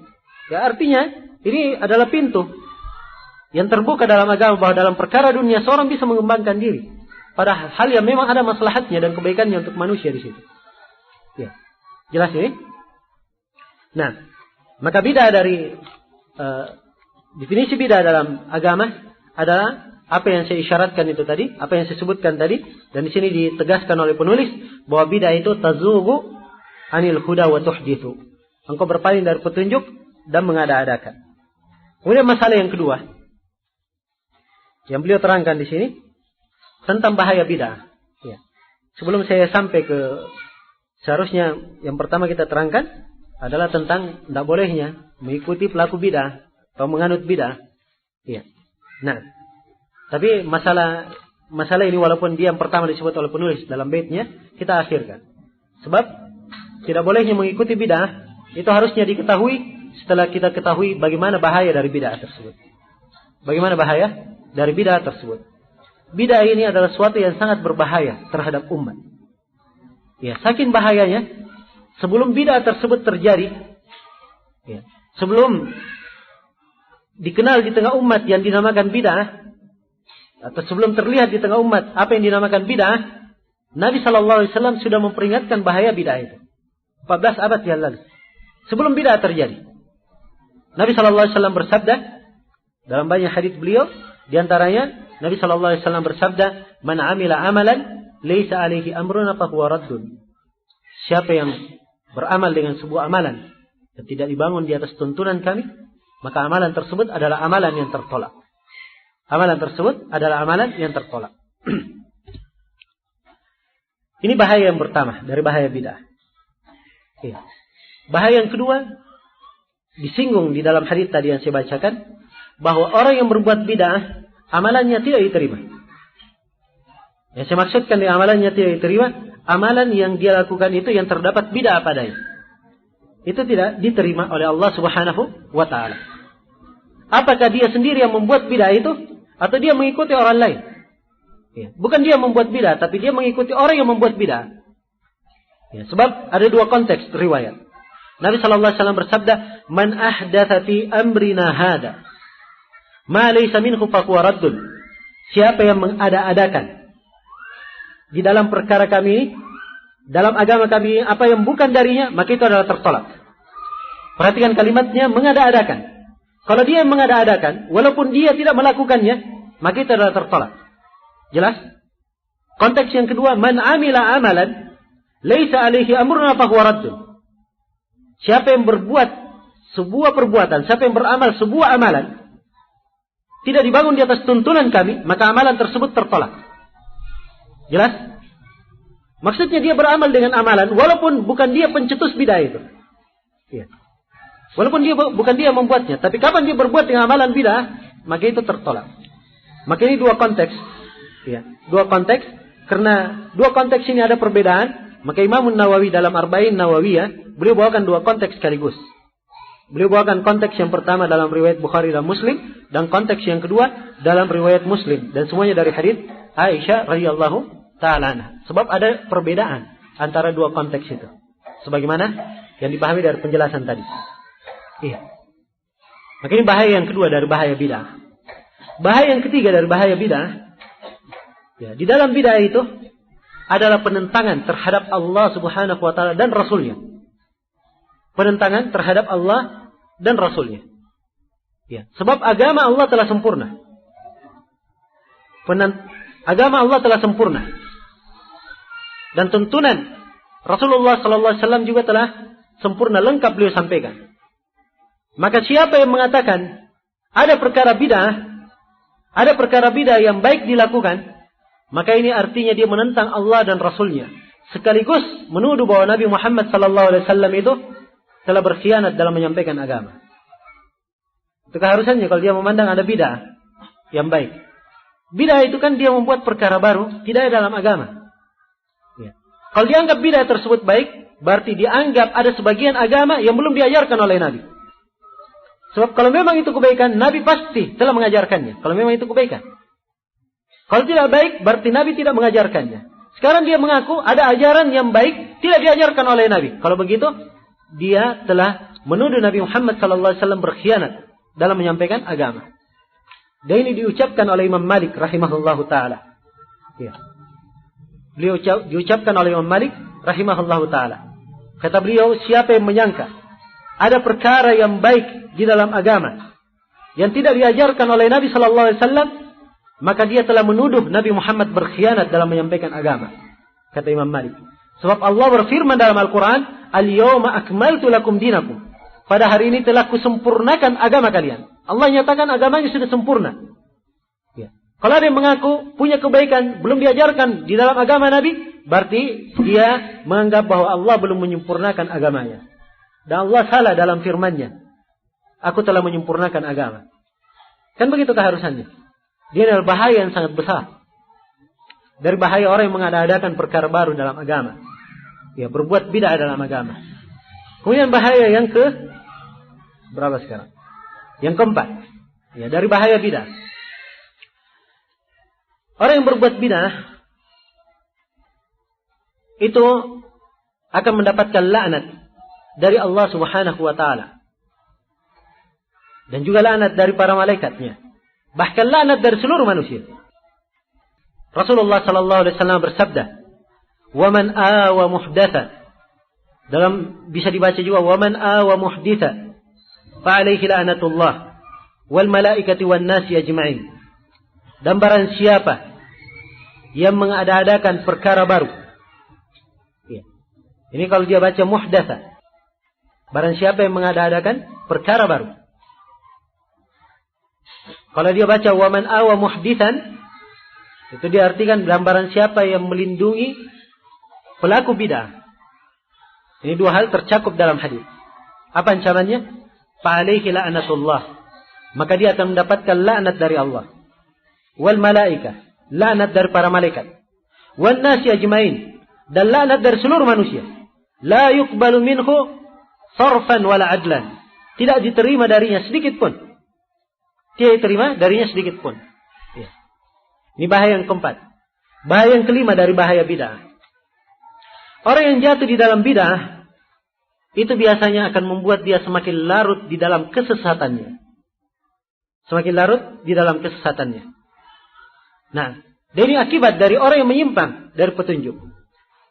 Kalau dia menyimpang dari petunjuk, ya, khususnya bagi orang-orang yang mengetahui bahwa dirinya setelah ditegur, diberitahu bahwa ini bid'ah, dia tetap lakukan, membangkang dan keras kepala, maka ini akan mengakibatkan dirinya semakin jauh dari kesesatan. Itu diyakini.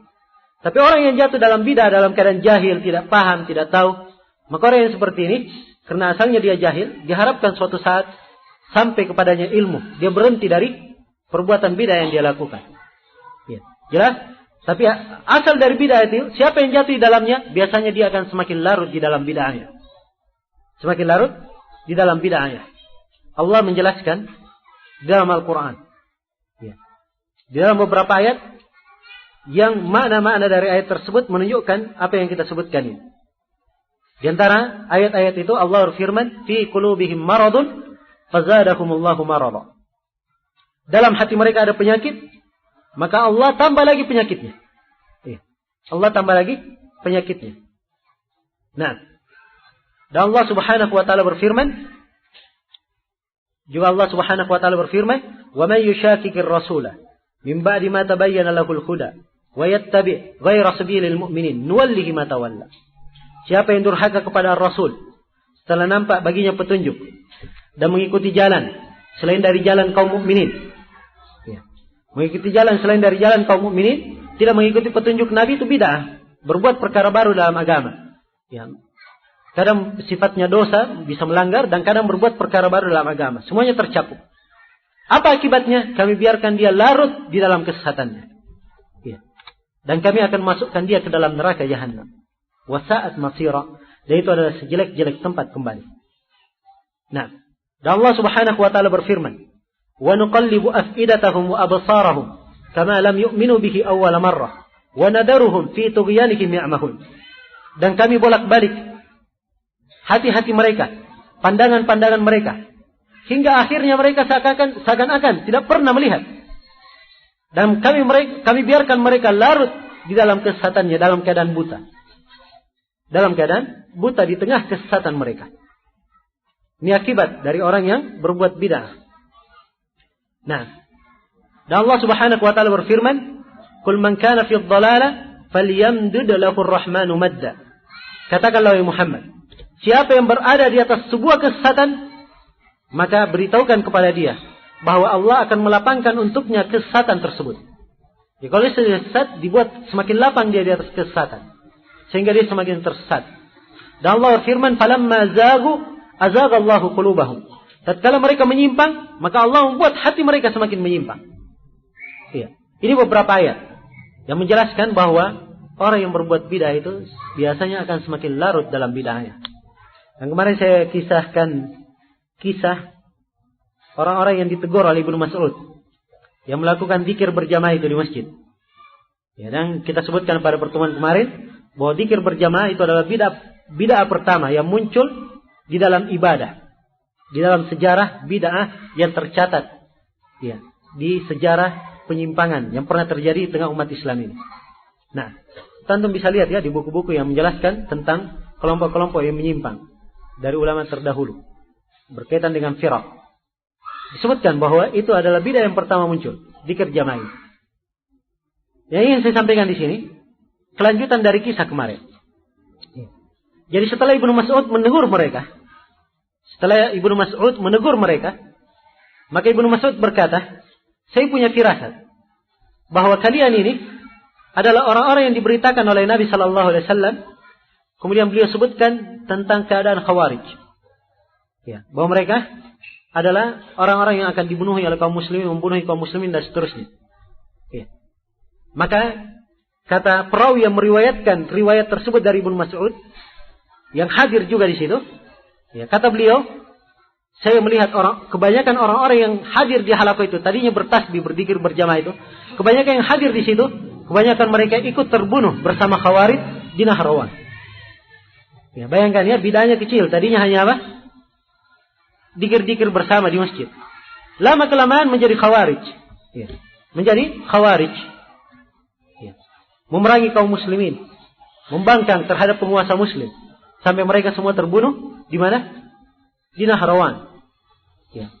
Dan tahukah Khawarij, akan datang nanti tentang Khawarij, bahwa mereka adalah sejelek-jelek bangkai yang terbunuh di atas muka bumi ini.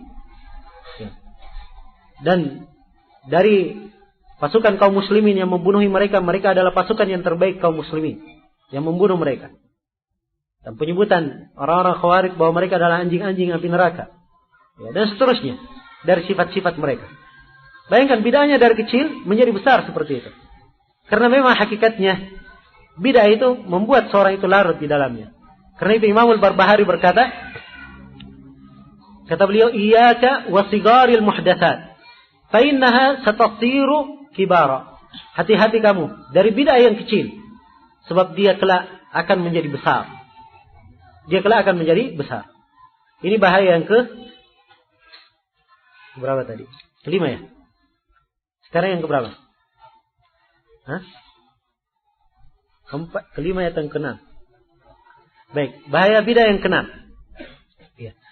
orang yang berbuat bid'ah biasanya susah untuk bertobat. Susah untuk bertobat. Apalagi Nabi SAW sudah menyatakan. Di dalam hadits Anas bin Malik, diriwayatkan oleh Imam Ahmad, Ibnu Abi Asim dan selainnya, dengan sanad yang hasan, dihasankan oleh Syekh Al-Albani dalam As-Sahihah, kata beliau, Inna Allaha ihtajazat taubata an kulli sahibi bid'atin hatta yada'aha. Sungguhnya Allah Subhanahu wa ta'ala menahan taubat dari pelaku bid'ah sampai dia meninggalkan bid'ahnya. Ya. Dia menahan taubat dari pelaku bid'ah sampai dia meninggalkan bid'ahnya. Jelas? Jadi orang yang berbuat bid'ah itu sulit untuk bertobat. Kenapa sulit bertobat? Para ulama menyebutkan rahasianya dari dua sudut. Sudut yang pertama, taubat itu kan dibangun di atas kesadaran. Ya. Dia sadar bahwa dirinya bersalah. Sadar bahwa dirinya jatuh dalam dosa. Sadar bahwa dirinya melakukan pelanggaran. Ya. Ketika dia sadar ingin bertobat, maka dengan mudah dia bertobat. Tapi orang yang berbuat bid'ah, dia anggap perbuatannya adalah perbuatan yang benar. Perbuatan yang baik. Dia tidak anggap salah. Ya. Karena itu dia sulit untuk bertobat. Dipahami? Ini dari satu sudut. Di sudut yang lain, sebagian para ulama mengatakan bahwa bid'ah itu dicintai oleh iblis. Ya. Sampai kata Sufyan Ats-Tsauri bahwa bid'ah ahabbu ila iblis minal ma'asi. Bid'ah lebih dicintai oleh iblis daripada maksiat. Daripada maksiat. Kenapa? Ya. Karena bid'ah itu sulit pelakunya bertobat darinya. Sulit pelakunya bertobat darinya. Karena itu iblis kalau mengajak seseorang kepada bid'ah, dia lebih bersemangat. Ya. Daripada mengajak seseorang kepada maksiat. Dipahami? Iya. Kemudian bahaya yang ke-7. Dan ini mungkin saya petik tadi dari apa yang disebut oleh Sufyan Ats-Tsauri, bahwa bid'ah itu lebih dicintai oleh iblis daripada maksiat. Dan yang ke-7 ini penyebutan kaidah umum yang disepakati oleh para ulama. Syekhul Islam Ibnu Taimiyah menukil kesepakatan bahwa bid'ah lebih berbahaya daripada maksiat berdasarkan hadits Nabi sallallahu alaihi wasallam dan berdasarkan kesepakatan para ulama. Tidak ada silang pendapat. Iya, di kalangan para ulama tentang hal itu. Nah, seorang yang jatuh dalam maksiat itu lebih ringan daripada dia jatuh di dalam bid'ah. Daripada dia jatuh di dalam bid'ah. Iya. Tapi bukan artinya kita menggampangkan maksiat, ya. Bukan artinya demikian. Seluruh perkara yang bentuknya maksiat, yang bentuknya pelanggaran dan dosa, itu semuanya ada sanksinya. Dan tidak boleh seorang muslim merasa aman darinya. Ya, tidak boleh seorang muslim merasa aman darinya. Cuma di sini penjelasan kaidah agama. Bahwa bid'ah lebih berbahaya daripada maksiat. Perhatikan ya, dari sudut hadis. Ketika menyebutkan kelompok Khawarij, Nabi sallallahu alaihi wasallam memerintah agar supaya memerangi Khawarij, membunuhi mereka. Ya. Satu sisi. Di sisi yang lain, dalam hadis Nabi sallallahu alaihi wasallam mutawatir, ya, beliau memerintah untuk bersabar terhadap kezaliman penguasa yang zalim. Bersabar terhadap kezaliman penguasa. Tidak boleh melakukan kudeta terhadap penguasa. Ya. Perhatikan. Sekarang Nabi terhadap Khawarij diperintah untuk dibunuh. Ya. Dan terhadap penguasa ya, diperintah untuk bersabar. Karena di sini dibedakan ya, Khawarij kesalahan mereka apa? Bid'ah atau maksiat? Kesalahan mereka bid'ah. Ya. Melakukan bid'ah. Adapun penguasa yang zalim itu adalah kezaliman yang dia lakukan, sifatnya maksiat. Sifatnya maksiat. Karena itu sanksinya berbeda. Sanksinya berbeda. Jelas sampai sini? Ya, maka ini diantara dalil. Dari sekian banyak dalil yang dideret oleh Syekhul Islam Ibnu Taimiyah dalam Majmu'ul Fatawa, beliau tekankan kaidah ini. Dan ini disepakati oleh para ulama bahwa bid'ah lebih berbahaya daripada maksiat. Bid'ah lebih berbahaya daripada maksiat. Iya.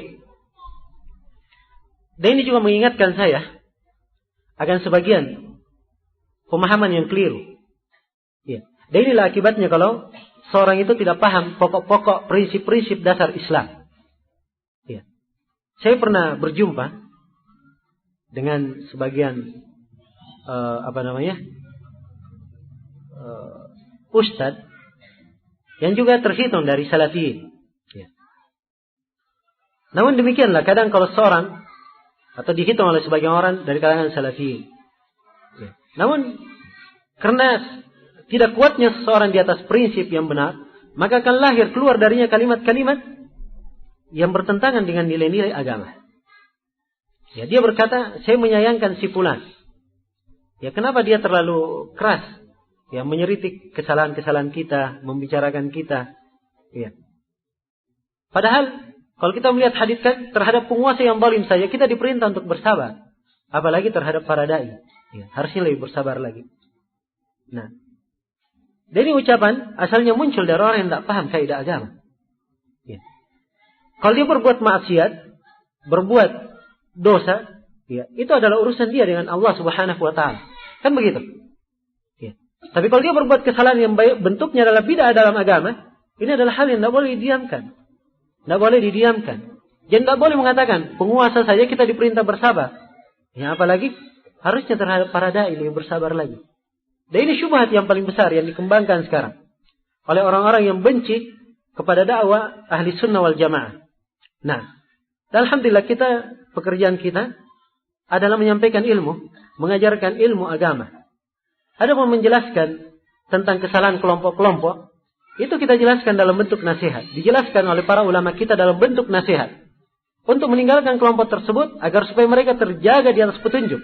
Itu maksud mereka, dari yang lain. Dan adanya kadang membicarakan sebagian tokoh-tokoh mereka, akibat disebabkan karena tokoh-tokoh tersebut, ya telah meninggalkan berbagai kesesatan di tengah umat yang mengakar di kalangan mereka. Karena itu dibicarakan khusus agar supaya umat terhindar darinya. Dibicarakan akan bahayanya. Tapi perlu saya tekankan, dan ini harus digarisbawahi, bahwa pekerjaan ahli sunnah bukan hanya membicarakan mereka. Ya. Pekerjaan kita kebanyakannya adalah mendidik manusia di atas agama yang lurus, mengajarkan kebaikan pada Al-Quran dan Sunnah. Tapi itulah sebagian orang, kadang kalau sudah mendengar, ya, ada dibicarakan tentang kesalahan sebuah kelompok, kesalahan pemimpinnya misalnya. Ya, serta-merta dia sebarkan bahwa ahli sunnah kerjanya cuma itu. Dia lain kerjanya cuma menggosopi, menyikat orang, ya, hanya membicarakan orang dan seterusnya. Dan ini semua dari hal-hal yang sebenarnya ingin mengaburkan kebenaran dan membuat orang lari dari kebenaran. Dan juga sebagai nasihat di sini pada seluruh ikhwah salafiyin untuk menjaga diri agar supaya jangan sampai mengesankan dakwah itu dengan kesan yang tidak baik. Jangan sampai mengesankan dakwah dengan kesan yang tidak baik. Nah, sebab kita melihat bagaimana dakwah para ulama kita dari masa ke masa. Sampai di masa ini, ya, ulama terbesar kita di masa ini misalnya, seperti Syekh bin Baz rahimahullah, Syekh Ibn Utsaimin, Syekh Al-Albani, ya, Syekh Muqbil, dan selainnya, mereka di dalam dakwah mereka, itu nampak sekali. Dari setiap pembicaraan mereka sangat nampak sekali bahwa mereka ingin menasihati umat. Ya. Maksud pembicaraan mereka menasihati umat. Dan nampak kalau mereka membicarakan sebuah kelompok, dan seorang nampak bahwa mereka menginginkan dengannya menasihati orang tersebut, atau menasihati anggotanya supaya jangan jatuh dalam kesalahan. Itu yang mereka inginkan, tidak ada lain. Ya. Tidak ada yang lain yang diinginkan kecuali itu. Dan ini adalah manhaj yang lurus, jalan yang tepat. Ya. Jalan yang ditempuh oleh para a'immah. Karena itu para a'immah menjelaskan tentang kesalahan, ya, kelompok-kelompok masa dahulu, kelompok Jahmiyah, Mu'tazilah, ya, kelompok Khawarij, Syiah, ya, Qadariyah, dijelaskan oleh para a'immah. Bahkan tokoh-tokoh mereka juga dijelaskan oleh para a'immah. Nah, dan kadang hal tersebut harus diterangkan pada posisi tertentu, pada hal-hal yang maslahat mengharuskan seperti itu. Maslahat mengharuskan seperti itu. Iya. Dan perlu diketahui juga bahwa di dalam membicarakan sebuah kelompok atau membicarakan sebuah pemikiran, itu tidak harus menyebut orangnya. Tidak harus menyebut orangnya, tidak harus menyebut nama kelompoknya. Dan Nabi SAW punya dua cara di dalam menjelaskan kesalahan orang. Ya. Kadang beliau jelaskan dengan menyebut namanya, dan kadang beliau tidak sebut nama. Nah, ketika datang 3 orang ke rumah Nabi SAW, kemudian berucap dengan ucapannya itu, ekstrim mereka. Maka Nabi naik ke atas mimbar lalu berkata, "Ma balu aqwamin yaquluna kada wa kada." Bagaimana keadaan satu kaum berkata begini dan begitu. Beliau tidak sebut namanya. Ketika istri beliau Aisyah difitnah oleh Abdullah bin Ubay bin Salul, ya, diketahui bahwa fitnah ini munculnya dari Abdullah bin Ubay bin Salul. Nabi di atas mimbar berdiri berkata, "Ma balu aqwamin yu'duni." Apa kedudukan satu kaum yang mereka menyakiti saya dan berbicara tentang keluargaku. Ya. Beliau menyebutkan satu kaum, tidak menyebut orangnya. Padahal orang sudah tahu siapa dia.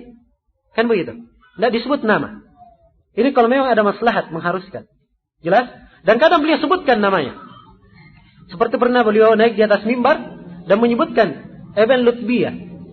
Ibn Lutbiyah ini adalah salah satu amil beliau sallallahu alaihi wasallam radhiyallahu taala anhu. Beliau dikirim ke sebuah tempat. Dia kembali dari tempat itu mengambil upeti dari sebuah negara ini yang dibawa kepada umat Islam, ya, hal yang diwajibkan, ditugaskan padanya. Kemudian dia berkata, ini adalah apa yang ditugaskan kepadaku. Kemudian ini adalah hadiah yang dia hadiahkan untukku. Maksudnya setelah dia bawa sesuatu, ya, dia mengambil apa yang wajib diambil. Kemudian dia diberi hadiah juga, diberi hadiah. Dia mengambil hadiah, padahal dia melakukan sesuatu yang sudah merupakan tugasnya. Maka dia berkata, ini adalah apa yang saya ditugaskan, dan ini adalah hadiah diberikan kepadaku. Maka Nabi SAW berdiri di atas mimbar, marah, menyebutkan nama beliau, nama Ibn Lutbiyah radhiyallahu ta'ala. Kemudian beliau berkata, tidakkah dia duduk, sebaiknya hanya duduk di rumah ibunya saja. Ya. Nah, ini penyebutan nama. Penyebutan nama.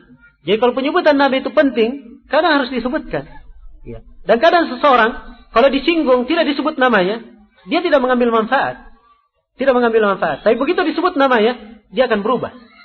Dia akan berubah. Ini pada keadaan tertentu. Dan di sinilah letak kedudukan seorang dai. Dia harus pandai melihat. Ini maslahat atau tidak.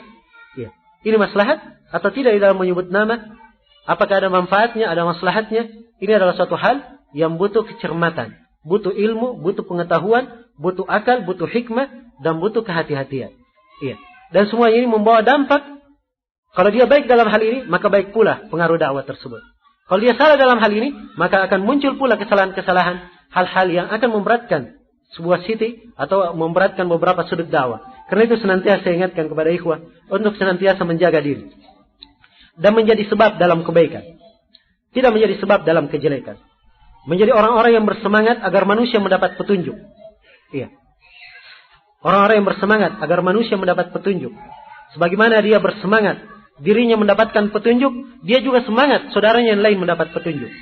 Dan orang yang punya prinsip ini, biasanya dia akan menghargai orang yang datang. Walaupun orang itu misalnya ada kesalahan, dia lihat pada dirinya ada kesalahan, maka dia akan berbaik dengannya. Kemudian dia akan berbicara dengan akhlak yang baik, dengan uslub yang baik, sehingga mengajaknya kepada kebaikan. Sebagaimana dia cinta kebaikan, maka harusnya dia juga cinta kebaikan kepada saudaranya. Dan itu ciri seorang mukmin. La yu'minu ahadukum hatta yuhibba li akhihi ma yuhibbuhu li nafsi. Tidaklah seorang itu dianggap beriman sampai dia cinta untuk dirinya apa yang dia cintai untuk dirinya.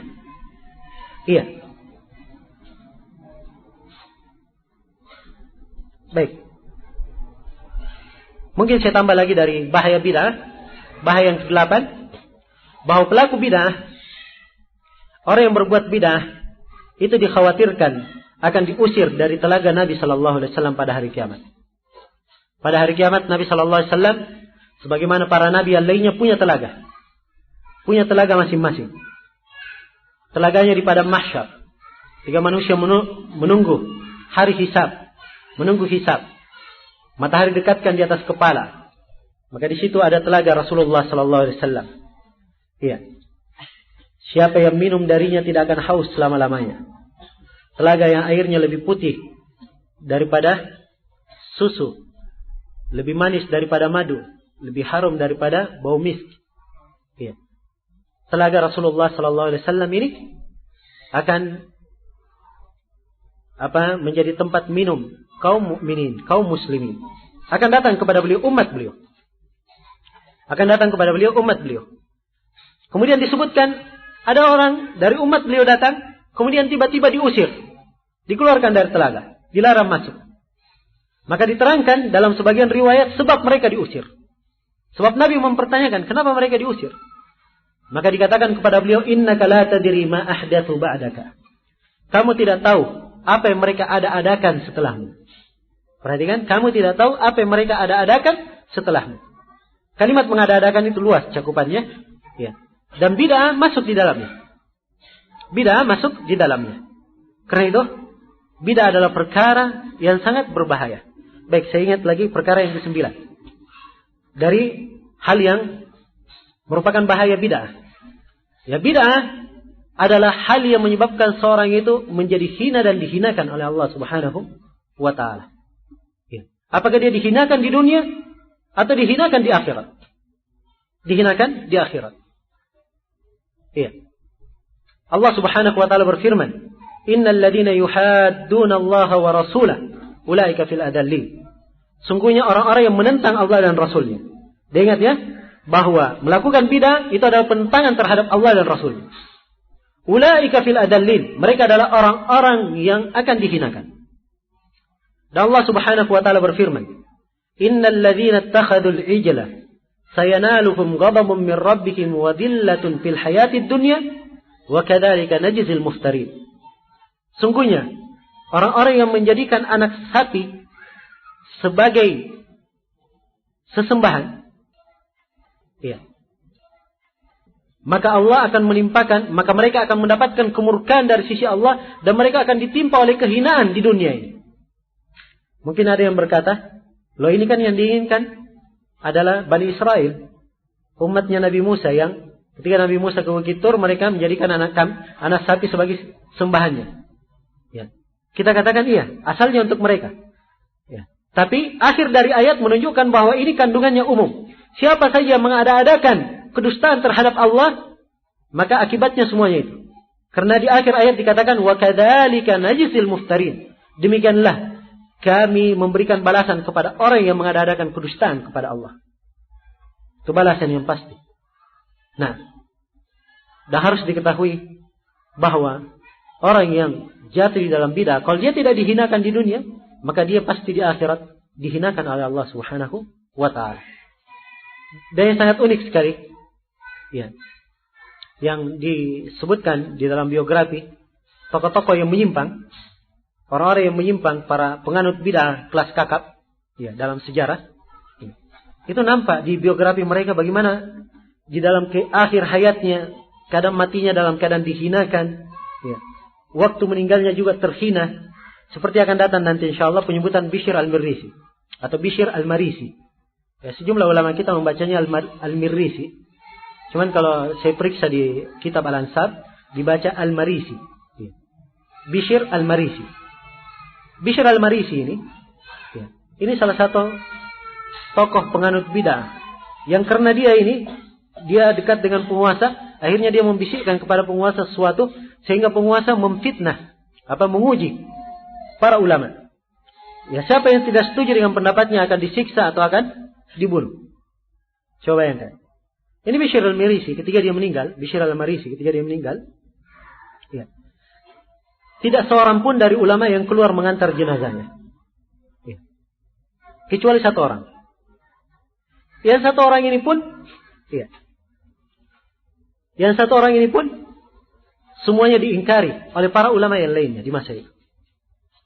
Dan ketika Bishr al-Marisi lewat, ya, jenazahnya dibawa oleh orang, maka anak-anak kecil meneriakinya, ya, meledeknya, sambil berkata, wahai malakul maut, ya, hukumlah dia dengan siksaan yang paling keras. Ya. Demikian. Berjalan setelah kembali, maka ahli sunnah yang ikut mensolatinya ini, ya, ditanya oleh teman-temannya, kenapa kamu ikut sholat? Katanya, saya pandang, saya ikut sholat di situ adalah ibadah bagi saya. Sebab saya bisa berdoa. Ya. Saya, ya Allah, orang ini, ya, mengingkari pembicaraan denganmu, maka haramkanlah dia melihatmu pada hari kiamat. Berbicara denganmu pada hari kiamat. Orang ini mengingkari engkau dilihat pada hari kiamat, maka haramkanlah dia melihat engkau di sorga pada hari kiamat. Ya Allah, orang ini begini, maka haramkanlah dia begini. Itu doanya. Maka saya berbangga bisa mendoakan kejelekan untuk orang ini. Dihinakan oleh Allah Subhanahu wa ta'ala dengan bid'ah yang dia lakukan. Itu akibat dari bid'ah, siapapun yang jatuh di dalamnya, maka hal tersebut akan berbahaya baginya. Nah, baik, ini bahaya dari bid'ah, dan insyaallah pembahasan berikutnya Kita akan lanjutkan nanti setelah salat duhur. Subhanakallahumma bihamdik asyhadu an la ilaha illa anta astaghfiruka wa atubu ilaik walhamdulillahi rabbil alamin.